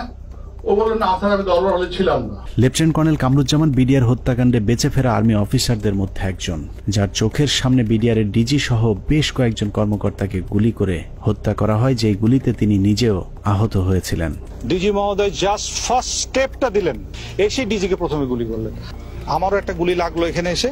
পিলখানা হত্যাকাণ্ডের অন্যতম সাক্ষী লেফটেন্যান্ট কর্নেল কামরুজ্জামান 25 ফেব্রুয়ারি তার সাথে ঘটে যাওয়া রোমহর্ষক অভিজ্ঞতার বর্ণনা দিয়েছেন। তার দেয়া সেই জবানবন্দিতে সকাল 9টা থেকে ধারাবাহিক ঘটনা প্রবাহ পড়তে পড়তে দুপুর 2টায় গিয়ে আটকে উঠি, কারণ কিছুক্ষণ আগে সিপাহী আনোয়ারের বর্ণনায় যে ডিএডি তৌহিদের কথা বলা হয়েছে, সেই ডিএডি তৌহিদ সম্পর্কে মেজর কামরুজ্জামান যা লিখেছেন তা যেন বাংলা সিনেমার একই চরিত্রের double part. Lieutenant colonel Kamruzzaman তার 161-এর জবানবন্দিতে বলেছেন, সকাল থেকে তাকে নানাভাবে অপমান, অপদস্থ, ভয়, ভীতি আর মারধরের পর কয়েকজন সিপাহীর সহায়তায় তিনি জীবন বাঁচান। তিনি বলেছেন, কয়েকজন সিপাহীর হাত ঘুরে সবশেষ বিডিআর সদস্যরা তাকে সদর ব্যাটালিয়নের 4র্থ তলায় নিয়ে যায়। সেখানে গিয়েই তিনি বাথরুমের ভেতরে লুকানো অবস্থায় ডিএডি তৌহিদকে দেখতে পান। লেফটেন্যান্ট কর্নেল কামরুজ্জামানের তথ্য অনুযায়ী ডিএডি তৌহিদ কামরুজ্জামানকে বাথরুমের ভেতরে লুকানোর সুযোগ করে দিয়ে নিজে জীবনের ঝুঁকি নিয়ে বাইরে বসেছিলেন, আর সেটাই কাল হয়ে দাঁড়িয়েছিল ডিএডি সৈয়দ তৌহিদের। ডিএডি তৌহিদ বাথরুমের ভেতরে লুকিয়ে থাকলে বিদ্রোহীদের নেতা সেজে প্রধানমন্ত্রীর কাছে দেখা করতে যেতে হতো না। কামরুজ্জামানের বক্তব্য যদি সত্যি হয় তাহলে ডিএডি তৌহিদ নির্দোষ, আর যদি মিথ্যে হয় তাহলে লেফটেন্যান্ট কর্নেল কামরুজ্জামানকেও গ্রেফতার করে জিজ্ঞাসাবাদ করতে হবে, কারণ দুজনের বক্তব্যই একই সাথে সত্য হওয়া সম্ভব নয়। ডিএডি তৌহিদ কিভাবে বিদ্রোহীদের নেতা হয়ে প্রধানমন্ত্রীর সাথে দেখা করতে গিয়েছিলেন সেই বর্ণনা খুঁজে পেয়েছে আরেকজন ডিএডির 164 ধারার জবানবন্দিতে। ডিএডি আব্দুর রহিম তার জবানবন্দিতে বলেছেন, পিকআপ হতে একজন সৈনিক আমাকে মন্ত্রী আসলে কথা বলার জন্য বললে আমি বলি ভেতরে আরো ডিএডি আছেন। এরপর আমি পিকআপ নিয়ে ডিএডি তৌহিদকে খুঁজতে যাই। সদর ব্যাটালিয়নের 4র্থ তলায় তৌহিদ সাহেবকে দেখতে পাই। তারপর তৌহিদ সাহেব বলেন, বাথরুমে আমার প্রাক্তন sector commander lieutenant colonel Kamruzzaman sir লুকিয়ে আছেন। স্যারের সাথে দেখা করি, তারপর ডিএডি তৌহিদ সহ 4 নম্বর গেটে যাই। এভাবেই ডিএডি তৌহিদ পিলখানার কথিত বিদ্রোহের মূল পরিকল্পনাকারী হয়ে গেলেন। ডিএডি আব্দুর রহিম এবং লেফটেন্যান্ট কর্নেল কামরুজ্জামানের জবানবন্দিতে এটা পরিষ্কার যে ডিএডি তৌহিদ 25 তারিখ বিদ্রোহের নেতৃত্ব দেননি, বরং বাথরুমে লুকিয়েছিলেন। যে কারণে পিলখানার ঘটনায় কারো 164 কিংবা 161 ধারার জবানবন্দিতে দরবার হলের কোথাও ডিএডি তৌহিদকে দেখা গেছে এরকম দাবি করেননি। ডিএডি তৌহিদের বিরুদ্ধে যে মেজর আসাদ হত্যার অভিযোগ আনা হয়েছে, আমাদের অনুসন্ধানে সেই মেজর আসাদের পোস্টমর্টেম রিপোর্ট সংগ্রহ করেছিলাম, যেখানে দেখা যায় তার শরীরে ধারালো অস্ত্রের আঘাত পাওয়া গিয়েছিল। কিন্তু সিপাহী আনোয়ার তার জবানবন্দিতে বলেছেন ডিএডি তৌহিদের নির্দেশে হাবিলদার বেলায়েত, নায়েক আসাদ এবং সিপাহী আমিনার 3 জন মিলে গুলি করে মেজর আসাদকে হত্যা করেন। মেজর আসাদের মৃত্যুর বিবরণের কোথাও ধারালো অস্ত্রের ব্যবহারের কথা বলা হয়নি। এখানে আমার হাজবেন্ডের কি অপরাধটা এখানে দেখেন, সে তো পালাইয়া যায় নাই, সে তো কাউকে খুন করে নাই, তার ফ্যামিলি ভিতরে ছিল, ওনাকে অমানবিক নির্যাতন করা হয়েছে। এমন কোন নির্যাতন নাই যে ওনাকে না করা হয়েছে। এখন শরীরের প্রতিটা অঙ্গ প্রত্যঙ্গ ড্যামেজ হয়ে যাইতেছে আস্তে আস্তে। শেখ হাসিনার কাছে নিয়ে যাওয়া প্রতিনিধি দলের আরেক সদস্য ডিএডি মোহাম্মদ আব্দুল জলিল শেখ। হসপিটাল ইউনিটের কোয়ার্টার মাস্টারে কর্মরত থাকা ডিএডি জলিল গোলাগুলির শব্দ শুনে হাসপাতালের অন্য সহকর্মীদের সাথে সিগন্যাল মেসের ভেতরে অবস্থান নিয়েছিলেন। সেখান থেকে বিকেলে প্রধানমন্ত্রীর সাথে সাক্ষাতের জন্য তাকে জোর করে নিয়ে যাওয়া হয়। মুখোশধারী সৈনিক আব্বুকে ধরে গাড়িতে তুলে 4 নম্বর গেটে নিয়ে আসে প্রধানমন্ত্রীর সাথে দাবি দেওয়া নিয়ে আলোচনা করার জন্য। আব্বু সেখানে যেতে না চাইলে আব্বুকে মারধর করা হয় এবং হুমকি দেওয়া হয় যে এখানে তাকে গুলি করে হত্যা করা হবে। 3:30টার দিকে আব্বু আম্মুর ফোনে কল দেন, কল দিয়ে বলেন আব্বুকে যমুনায় নিয়ে যাওয়া হচ্ছে। আমার ছেলে মেয়েগুলো দায়িত্ব তোমার কাছে দিয়ে গেলাম, আমার ছেলে মেয়েগুলোকে দেখে রেখো। ঘটনার পর থেকে 2 মাস গুম করে রাখার পর ডিএডি জলিলকে গ্রেফতার দেখানো হয়েছিল। এই 2 মাসে জলিলের হাত পায়ের 10 আঙুলের সবগুলো নখ উপড়ে ফেলা অবস্থায় আদালতে তোলা হয়। সেই থেকে 2 পা সোজা করে আর হাঁটার সৌভাগ্য হয়নি ডিএডি আব্দুল জলিল শেখের। র্যাব 1-এ নিয়ে অমানসিক নির্যাতন করা হয়। আব্বুর হাত পায়ের নখ উঠে ফেলা হয়, থেতলে আঙ্গুলগুলো থেতলে ফেলা হয়, পায়ের নখে সুচ ঢুকানো হয়, কারেন্টের শর্ট দেওয়া হয় পেনিসে। ডিএডি জলিলকে যাদের সাক্ষীর উপর ভিত্তি করে ফাঁসি দেওয়া হয়েছে সেখানে বেশিরভাগ সাক্ষী বলেছে টেলিভিশনে দেখেছি, পত্রিকায় পড়েছি বা অমকের কাছে শুনেছি, কিন্তু কেউ ডিএডি জলিলকে কোথাও কাউকে হত্যা, লুটপাট কিংবা ধর্ষণ করতে দেখেননি। এসব সাক্ষীদের একজন মেজর জায়েদি, তিনি জানিয়েছেন কিভাবে তাকে ডিএডি জলিলের বিরুদ্ধে সাক্ষ্য দেওয়ানো হয়েছে। তাকে আমি উক্ত এলাকায় দেখেছিলাম এবং আমি শনাক্ত করতে পেরেছিলাম, বাট তার নাম জানতাম না। জেনারেল আজিজ, তদানীন্তন Dhaka sector commander colonel Aziz আমাকে জানিয়েছিলেন উক্ত অফিসারের নাম ডিএডি জলিল। তার মুখ ভর্তি দাড়ি ছিল, চাপা দাড়ি। দাড়িওয়ালা এক ব্যক্তিকে ডিএডি আব্দুল জলিল বানিয়ে ফাঁসি দিয়ে দেওয়া হয়েছে, অথচ আমাদের হাতে 2009 সালে পিলখানা হত্যাকাণ্ডের দিনের একটি ভিডিওতে দেখা যায় ডিএডি জলিলের মুখে কোনো দাড়ি নেই। এখন প্রশ্ন আসতে পারে, পিলখানা হত্যাকাণ্ডের সাথে কি তাহলে কোনো বিডিআর সদস্য জড়িত ছিল না? অবশ্যই ছিল, কিন্তু যারা জড়িত ছিল তাদেরকে এই মামলায় শাস্তি দেওয়া সম্ভব নয়, কারণ মামলার মূল উদ্দেশ্যই ছিল পিলখানা হত্যাকাণ্ডের বাকি কাজ সম্পন্ন করা। এখানে সিপাহী মাহিন এবং লেদার লিটনের মতো হত্যার মূল পরিকল্পনার সাথে জড়িত আসামিকে ভারতে পাঠিয়ে দেওয়া হয়েছে। লেদার লিটনের বাবা সাবেক সুবেদার এবং আওয়ামী লীগ নেতা তোরাব আলীকে সুনির্দিষ্ট অভিযোগ থাকার পরেও ছেড়ে দেওয়া হয়েছিল। অন্যদিকে যারা শুধুমাত্র বিডিআরের ডিজিকে জিম্মির পরিকল্পনার সাথে জড়িত কিন্তু হত্যাকাণ্ডের পরিকল্পনার কথা জানতেন না, তাদের বেশিরভাগকে জিজ্ঞাসাবাদের নামে হত্যা করা হয়েছে। বাদবাকি যারা আছেন তাদেরকেও ফাঁসির রায় দিয়ে হত্যার পরিকল্পনা ছিল, যেন আওয়ামী লীগের কোন কোন নেতা এই হত্যাকাণ্ডের পরিকল্পনার সাথে জড়িত তাদের নাম কেউ জানতে না পারে। পিলখানা হত্যাকাণ্ড যে বিডিআরকে ধ্বংস করে দেওয়ার জন্যই করা হয়েছিল তার প্রমাণ হাস্যকর এই মামলায় 18,519 জন বিডিআর জওয়ানকে আসামি করা। এদের মধ্যে বেশিরভাগ বিডিআর জওয়ান নির্দোষ প্রমাণিত হলেও কাউকেই চাকরি ফেরত দেওয়া হয়নি। উল্টো যাদেরকে ছেড়ে দেওয়া হয়েছে সবার কাছ থেকে বড় অঙ্কের টাকা নিয়ে তারপর তাদেরকে মুক্তি দেওয়া হয়। অনেক অপরাধীকে টাকার বিনিময়ে সাক্ষী বানানো হয়েছে, আবার অনেক নিরীহ বিডিআর সদস্যকে কোনো কারণ ছাড়াই শাস্তি দেওয়া হয়েছে।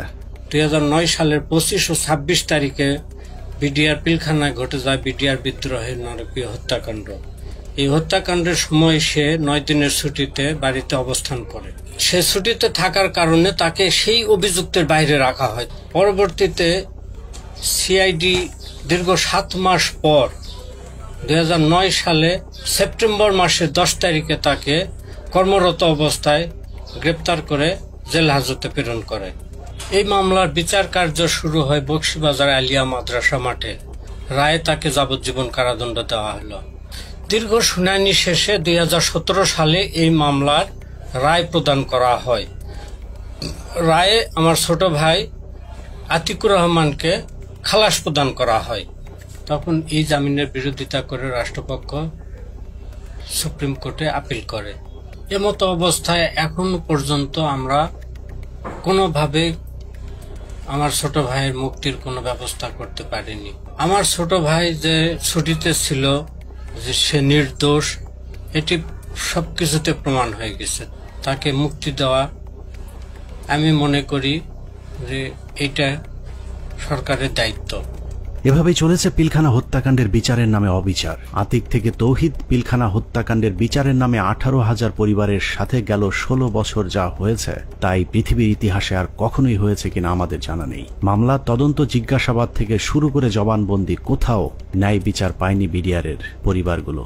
একটা ফ্যামিলি ধ্বংস হওয়ার মতো যা যা দরকার সবকিছুই ঘটছে আপনার ফ্যামিলিতে। বাংলাদেশের ইতিহাসে যদি 5 আগস্ট না আসতো তাহলে বিডিআরের এই আর্তনাদ হয়তো উঁচু লাল দালানের বাইরের কেউ শুনতে পেত না। বিডিআরের পরিবার কারো করুণা চায় না, তারা চায় ন্যায় বিচার।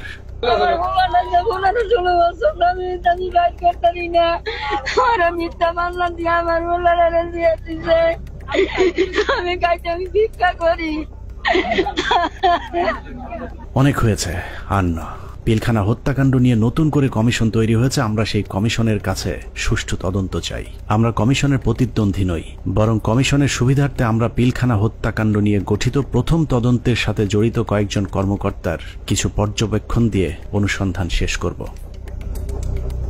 পিলখানা হত্যাকাণ্ডের পরের 2 সপ্তাহ সেনাবাহিনীর একটি অংশ সঠিকভাবে তদন্তের চেষ্টা করেছিল, কিন্তু সেই তদন্ত শেষ হবার আগেই তাদেরকে থামিয়ে দেওয়া হয়।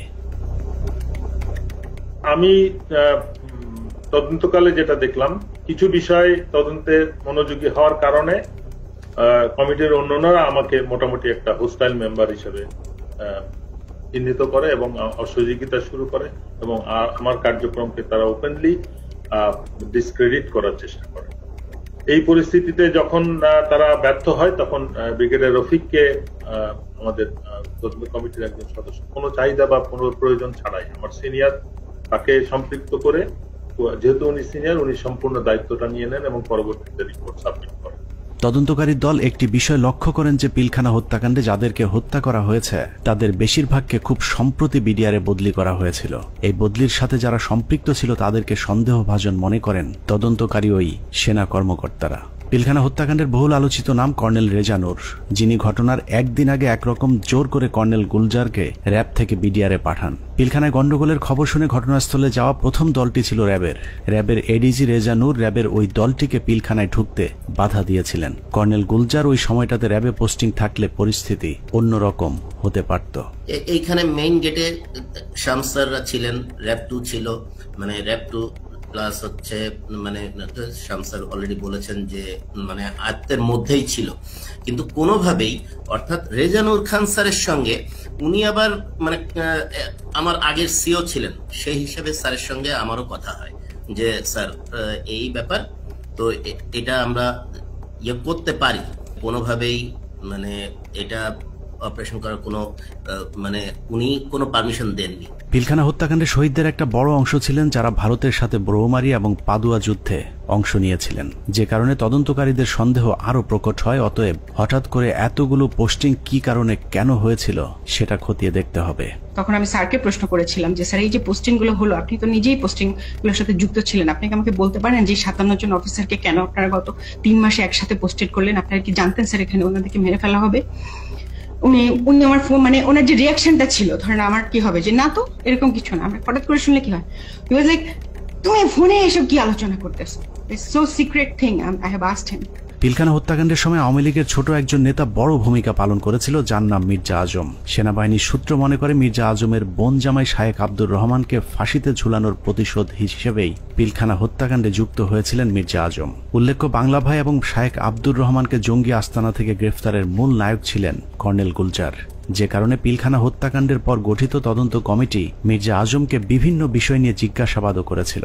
এই অফিসারগুলো সবাই অপারেশনাল ছিল, অপারেশনাল সাউন্ড ছিল, তাদেরকে সেরকম আর্মি ইনস্টিটিউশনগুলোতে না দিয়ে কেন বিজিবিতে দেওয়া হলো? এটা তার মানে তারা জানতো। এখানে সামরিক সচিবকে জিজ্ঞেস করা উচিত যে আপনাকে কে নির্দেশ দিয়েছিল এই পোস্টিং অর্ডারগুলো দেওয়ার জন্য। সো তাদেরকে আসলে আওতায় আনা উচিত। তাপস, মির্জা আজম, র্যাপিড ডিজি, এডিজি, দেন সামরিক সচিব, ডিজিএফআই ডিজি, শেখ হাসিনা, মইনু আহমেদ, এরা প্রত্যেকেই ডাইরেক্টলি সম্পৃক্ত, কোনো সন্দেহ নেই। পিলখানা 3 ও 4 নম্বর গেটে আওয়ামী লীগের যে মিছিলটি হয়েছিল সেই মিছিলের নেতৃত্ব দেওয়া ব্যক্তিকে আটক করেছিল মেজর মনির, কিন্তু গুরুত্বপূর্ণ সেই আসামিকে কর্নেল সালেহ বাঁচিয়ে দেন। উল্টো ওই ব্যক্তিকে আটকের অপরাধে মেজর মনিরকে শাস্তি দেওয়া হয়। অতএব কর্নেল সালেহকে আটক করলেই জানা যাবে কেন তিনি সেই আসামিকে ছাড়িয়ে নিয়েছিলেন। ওই ছেলেটাকে যখন আমি আপনার অ্যারেস্ট করে নিয়ে আসছি, তো প্রতিমধ্যেই আমি একটা কাজ করেছিলাম, স্বাভাবিক কারণে আমি তখন কথাবার্তা বলতে থাকি, জিজ্ঞাসাবাদ করতে থাকি। তো আমি তখন তাকে একটা তাৎক্ষণিক জিজ্ঞাসাবাদ করেছিলাম যে তোমাকে কি আদেশ দিয়েছিল মিছিল করার জন্য। ছেলেটা খুব স্বাভাবিকভাবে বললো যে আমাকে তো ভাই বলছে। ভাই মানে কোন ভাই? বললো যে তাপস ভাই আমাকে বলছে যে তুমি একটা মিছিল নিয়ে ঢুকবা। তো আমি তো সেই ওনার কথা অনুযায়ী তো কথা বলতে পারি না, বলছে তো আমাকে করতে হয়। তো আমি তখন একটা মিছিল নিয়ে ওখানে ঢুকলাম, কিন্তু মিছিল নিয়ে ঢুকে যখন আমি বের হয়ে যাই, তো তখন ওই মিছিলের সাথে দেখলাম আমাদের যুবলীগের অনেক ছেলে পেলে, আমাদের এলাকার নেতাকর্মী তখন আমার মিছিলের সাথে বের হয়ে আসলো। পিলখানার লগবুক অনুযায়ী ঘটনার দিন সকাল 6:30 পিলখানার ভেতরে প্রবেশ করেন এবং 7টায় বেরিয়ে আসেন তৎকালীন শিল্পমন্ত্রী দিলীপ বড়ুয়া।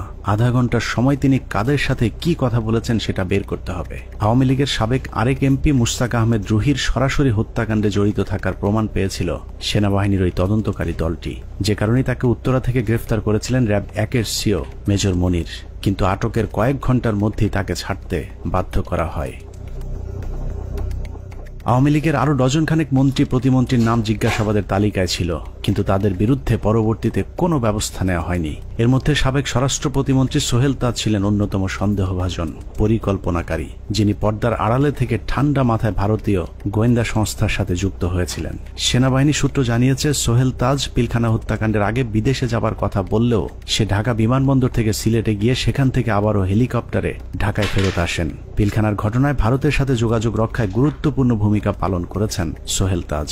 তদন্ত কমিটি সোহেল তাজের পাসপোর্ট চেক করলেই প্রমাণ হয়ে যাবে তিনি আদৌ ওই সময়টাতে দেশের বাইরে অবস্থান করেছিলেন কিনা।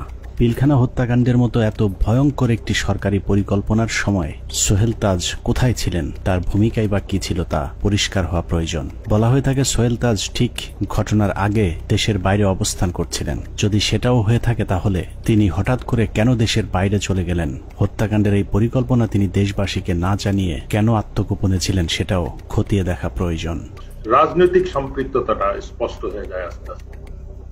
এর মধ্যে সব থেকে বেশি ইনভলভ ছিলেন ব্যারিস্টার তাপস, হাজারীবাগ এলাকার এমপি নির্বাচিত হন যিনি। এছাড়া আর যারা ছিলেন নানক আজম, অ্যাডভোকেট কামরুল, শেখ সেলিম, সোহেল তাজ, ওয়ারেসাত বেলাল, রুহি, দেন মাহবুবা রাগিনী, শেগুপ্তা ইয়াসমিন এমিলি এবং সুবেদার তোরাবালি অবসরপ্রাপ্ত বিডিআর এর সদস্য। ভারতীয় পরিকল্পনার বাস্তবায়নের বাংলাদেশ প্রান্তে নেতৃত্ব দিয়েছেন স্বয়ং শেখ হাসিনা নিজে। সকাল থেকে শেখ হাসিনা 3 বাহিনীর প্রধানকে নিয়ে যমুনায় অবস্থান করেছেন। ভারতীয় পরিকল্পনা বাস্তবায়নে শেখ হাসিনা সার্বক্ষণিক ভারতের সাথে যোগাযোগ রক্ষা করেছেন এবং যে কোনো পরিস্থিতিতে শেখ হাসিনাকে বাঁচানোর জন্যও ভারতীয় এয়ারফোর্স প্রস্তুত ছিল বলে প্রমাণ পেয়েছিল সেনা কর্মকর্তারা। 6 প্যারাশুট রেজিমেন্ট, এটা হচ্ছে গিয়ে এটার লোকেশন হচ্ছে গিয়ে আপনার কলকাতায় কালীকুমুন্দ এয়ারপোর্ট, এয়ার স্ট্রিপে। ওরা স্পিয়ার হেডের নিরাপত্তা থাকে। ওখানে একটা কোম্পানি ছিল, ওই কোম্পানি কমান্ডার ছিলেন মেজর কামালদীপ সিং। তাদের একটা রেজিমেন্ট, প্যারাশুট রেজিমেন্ট, 5টার সময় যখন তারা রেডি হয় একটা কোম্পানি, 8টার মধ্যে তাদের একটা ফুল রেজিমেন্ট রেডি হয়। যে রেজিমেন্ট পরবর্তীতে আমরা জানতে পারি যে ওই রেজিমেন্টের এইম ছিল ঢাকা এয়ারপোর্ট, তেজগাঁ এয়ারপোর্ট এবং গণভবনে অপারেশন করা এবং নিরাপদভাবে তখনকার স্বৈরাচারী প্রাইম মিনিস্টারকে এক্সট্রিকেট করার জন্য। সবশেষ পিলখানা হত্যাকাণ্ডের পরিকল্পনা বাস্তবায়ন এবং হত্যাকাণ্ডের ধামাচাপা দেওয়ার দায়িত্বে যারা ছিল তাদের সবাইকে গ্রেফতার করে বিচারের আওতায় আনতে হবে। সেনা প্রধান হিসেবে জেনারেল মঈনকে এর দায় অবশ্যই নিতে হবে, যিনি শেখ হাসিনার পাশে বসে পিলখানায় সেনা হত্যার ঘটনা পর্যবেক্ষণ করেছিলেন। পিলখানা হত্যাকাণ্ডে সরাসরি সম্পৃক্ত লেফটেন্যান্ট জেনারেল সিনা ইবনে জামালি, যিনি পিলখানার বিভিন্ন গেটে অবস্থান নেওয়া র্যাব ও সেনাবাহিনীর সদস্যদেরকে ভেতরে অভিযান চালাতে বাধা দিয়েছিলেন। তৎকালীন ডিজিএফআই এবং এনএসআই প্রধান দুজনেই এই পরিকল্পনার অংশ। বিশেষ করে ডিজিএফআই এর তৎকালীন মহাপরিচালক মেজর জেনারেল মোল্লা ফজলে আকবর হত্যাকাণ্ডের পর খুনিদের পিলখানা থেকে বের করে দেওয়ার বিষয়টি সেনাবাহিনীর চোখের সামনেই ঘটেছে। খুব নাটকীয়ভাবে বিডিআর এর ভেতরে বিভিন্ন ইলেকট্রিসিটি লাইন কেটে দিয়ে গেট খুলে দেওয়া হয় ইচ্ছা করে, যাতে সৈনিকরা পালিয়ে যেতে পারে। তো সেই সময় আমি বলেছিলাম যে র্যাবের এক অফিসার ক্যাপ্টেন আশিক স্যার, যিনি ইঞ্জিনিয়ার্সে আমাদের সাথে ছিলেন, ক্যাপ্টেন আশিক স্যার আবার আমার সাথে 8 ইঞ্জিনিয়ার্সে চাকরি করেছেন রংপুর ক্যান্টনমেন্টে। এরপর ওনার র্যাবে পোস্টিং পেয়ে, কিন্তু আমি স্যারকে চিনতাম। স্যার কিছু সৈনিককে যখন পালিয়ে যাচ্ছে উনি না বুঝে ওদেরকে ধরে নিয়ে আসেন পিকআপে করে, র্যাবের পিকআপে করে আমাদের আবাহনী মাঠে আসেন। তো ওইখানে কিছু ওই সময় একদম ফার্স্ট হ্যান্ড ওদের মুখ থেকে তো আমরা কিছু সাক্ষী কথাবার্তা শুনে ফেলতে পারি। এই ভয়ে আমি ধারণা করি যে ওখানে আমার মনে আছে যে অনেক অফিসাররা, অনেক সৈনিকরা আমরা দাঁড়িয়ে আছি, ওর মধ্যে স্যার আসলেন পিকআপে করে তাদেরকে নিয়ে। তখন ওই অন্ধকারের ভেতরে এদিকে তো আমরা খুব অস্থির, প্রচন্ড সবাই ইমোশনাল, কি হচ্ছে ভিতরে এগুলো নিয়ে যখন আমরা চিন্তা করছি বা কথা বলছি, সেই সময় দুজন সিনিয়র অফিসার ওনারা দুইটা ক্যাম্প স্টুল নিয়ে এক জায়গায় বসায় এবং ওনাদেরকে দেখে খুবই শান্তই মনে হচ্ছে, খুব একটা যে ওনারা চিন্তিত বা পাইচারি করছেন এরকম না। তা আমি আবার আমার পরিচিত আরেক সিনিয়র স্যারকে বললাম যে স্যার এই স্যার দুজন কারা, যে একটু দূরে বসে আছে, বোঝা যায় যে অনেক সিনিয়র, আমাদের সিনিয়র লেভেলের কেউ হবেন, মেজর জেনারেল বা তার উপরে। উনি বললেন যে ওই যে ডান পাশে যাকে দেখতেছো উনি হচ্ছে ডিজিএফআই, আর ওই পাশে যে দেখতেছো বাম পাশে উনি ডিজিএনএসএল। এবং ডিজিএফআই যাকে বলেন উনি তখন উঠে এসে বকাঝকা করেন ক্যাপ্টেন আশিক স্যারকে যে তুমি কার পারমিশনে এদেরকে ধরে নিয়ে আসছো। পিলখানার বাইরে থেকে নির্বিঘ্ন হত্যাকাণ্ড চালাতে সহায়তা করেছেন ডিজিএফআই এর মামুন খালেদ, ব্রিগেডিয়ার জেনারেল ইমরুল কায়েস এবং কর্নেল সালেহ, সকলেই মাঠে থেকে পিলখানা হত্যাকাণ্ডের পরিকল্পনা বাস্তবায়ন করেছেন। ভেতরে লুকিয়ে থাকা বিভিন্ন কর্মকর্তাদের ফোন লোকেশন খুনিদেরকে দেওয়ার দায়িত্ব তারাই পালন করেছিলেন। 25 তারিখ রাতে 12টার দিকে হবে, আমি তখন মাঠে বসা, আমি ব্রিগেডিয়ার জেনারেল হাকিম, ইমরুল কায়েস ডাইরেক্টর সিটিআইবি, উনি তখন ওই মাঠে আসছিলেন। তো উনি মাঠে এসে বলল যে তোমাদের জানা মতো যদি কেউ থাকে, যে ভিতরে থাকে, তোমাদের কাছে কোনো ফোন আসে, তাহলে সেটা আমাদেরকে জানাও, কারা কারা কিভাবে কি আসে, তো সেটা আমরা জানিয়ে দিব। 44 রাইফেলস ব্যাটালিয়নের অধিনায়ক লেফটেন্যান্ট কর্নেল শামস পিলখানার ভেতরে থেকে মূল নেতৃত্ব দিয়েছেন। মূলত 44 নম্বর ব্যাটালিয়ন পুরো বিদ্রোহের নেতৃত্ব দিয়েছিল, যে কারণে পিলখানা হত্যাকাণ্ডে 44 রাইফেলস ব্যাটালিয়নের কোনো সেনা কর্মকর্তা ওই দিন মারা যায়নি। নিরীহ সিপাহীদেরকে মিথ্যা স্বপ্ন দেখিয়ে বিদ্রোহে অংশ নিতে উদ্বুদ্ধ করা লেফটেন্যান্ট জেনারেল শামস পিলখানা থেকে বাইরে এসেই শেখ হাসিনাকে ধন্যবাদ জানিয়েছিলেন, অথচ ভেতরে তখন 57 সেনা কর্মকর্তার বিকৃত লাশ পড়েছিল। পিলখানা হত্যাকাণ্ডের পুরস্কার হিসেবে লেফটেন্যান্ট কর্নেল শামসকে পরবর্তীতে সেনাবাহিনীর গুরুত্বপূর্ণ পদে পদায়ন করা হয়েছিল, যা অত্যন্ত রহস্যজনক। যে মাননীয় প্রধানমন্ত্রীর অ্যাড্রেসটা আসলে সেখানে এদের অস্ত্র জমা দেওয়ার ক্ষেত্রে একটা টনিক হিসাবে কাজ করেছে। আমি মাননীয় প্রধানমন্ত্রীকে আসলে ধন্যবাদ জানাবো। আমাদের হাতে আসা তথ্য বলছে 2009 সালের 25শে ফেব্রুয়ারি পিলখানার দরবার শুরুর ঘণ্টা তিনেক আগে সকাল 6টায় হঠাৎ করে বিডিআরের কেন্দ্রীয় কোতের দায়িত্ব পরিবর্তন করে মেজর রিয়াজকে দেওয়া হয়েছিল, যার বিরুদ্ধে পিলখানা হত্যাকাণ্ডে সম্পৃক্ত থাকার সুনির্দিষ্ট প্রমাণ পেয়েছিল তৎকালীন তদন্তকারী সেনা কর্মকর্তারা। তাকে দ্রুত গ্রেফতার করলে গুরুত্বপূর্ণ তথ্য পাওয়া যাবে। পিলখানা হত্যাকাণ্ডের 2 দিন পর ব্রিগেডিয়ার জেনারেল মইনুল ইসলামকে মেজর জেনারেল পদোন্নতি দিয়ে বিডিআরের ডিজি বানানো হয়েছিল। ডিজি হয়েই হত্যাকাণ্ডের সব আলামত নষ্টের পুরো দায়িত্ব পালন করেছিল মেজর জেনারেল মইনুল ইসলাম। পিলখানার হত্যাকাণ্ড বাস্তবায়ন, তদন্তে বাধা, জিজ্ঞাসাবাদের নামে সৈনিক এবং সেনাবাহিনীর কর্মকর্তাদের নির্যাতনের দায়িত্ব পালন করেছে এমন আরও কয়েকজনের তালিকা আমাদের হাতে এসেছে। এদের মধ্যে র্যাব 2 এর তৎকালীন CO lieutenant colonel Salauddin Bir Protik, brigadier general Moazzem, brigadier Saidur Rahman, brigadier Mukim, colonel Imran Ibne Rouf, lieutenant colonel Sharafat, যারা 57 সেনা কর্মকর্তা হত্যার আসল রহস্য ধামাচাপা দিতে সেনাবাহিনীর 96 জন এবং বিডিআরের অসংখ্য পরিবারের উপর চরম জুলুম নির্যাতন চালিয়েছেন। 16 বছরে বিডিআরের এরকম অনেক পরিবার আছে যারা পেট বাঁচাতে রাস্তায় ভিক্ষা করতে নেমেছে। আমাদের অনুসন্ধানে কোনো অপরাধীকে বাঁচাতে চাইনি কিংবা নির্দোষীকে ফাঁসাতেও চাইনি। আমরা আসলেই একটা সুষ্ঠু তদন্ত সাপেক্ষে বিচার চাই, যেই বিচারে শুধুই বিডিআর নয়, সব খুনিদের বিচার হবে। নিরীহ বিডিআরদেরকে দ্রুত মুক্তি দেওয়া হবে এবং যারা নিরপরাধ ছিল তাদেরকে আবারও চাকরি সহ সকল সুযোগ সুবিধা ফেরত দিতে হবে। আল্লাহ হাফেজ।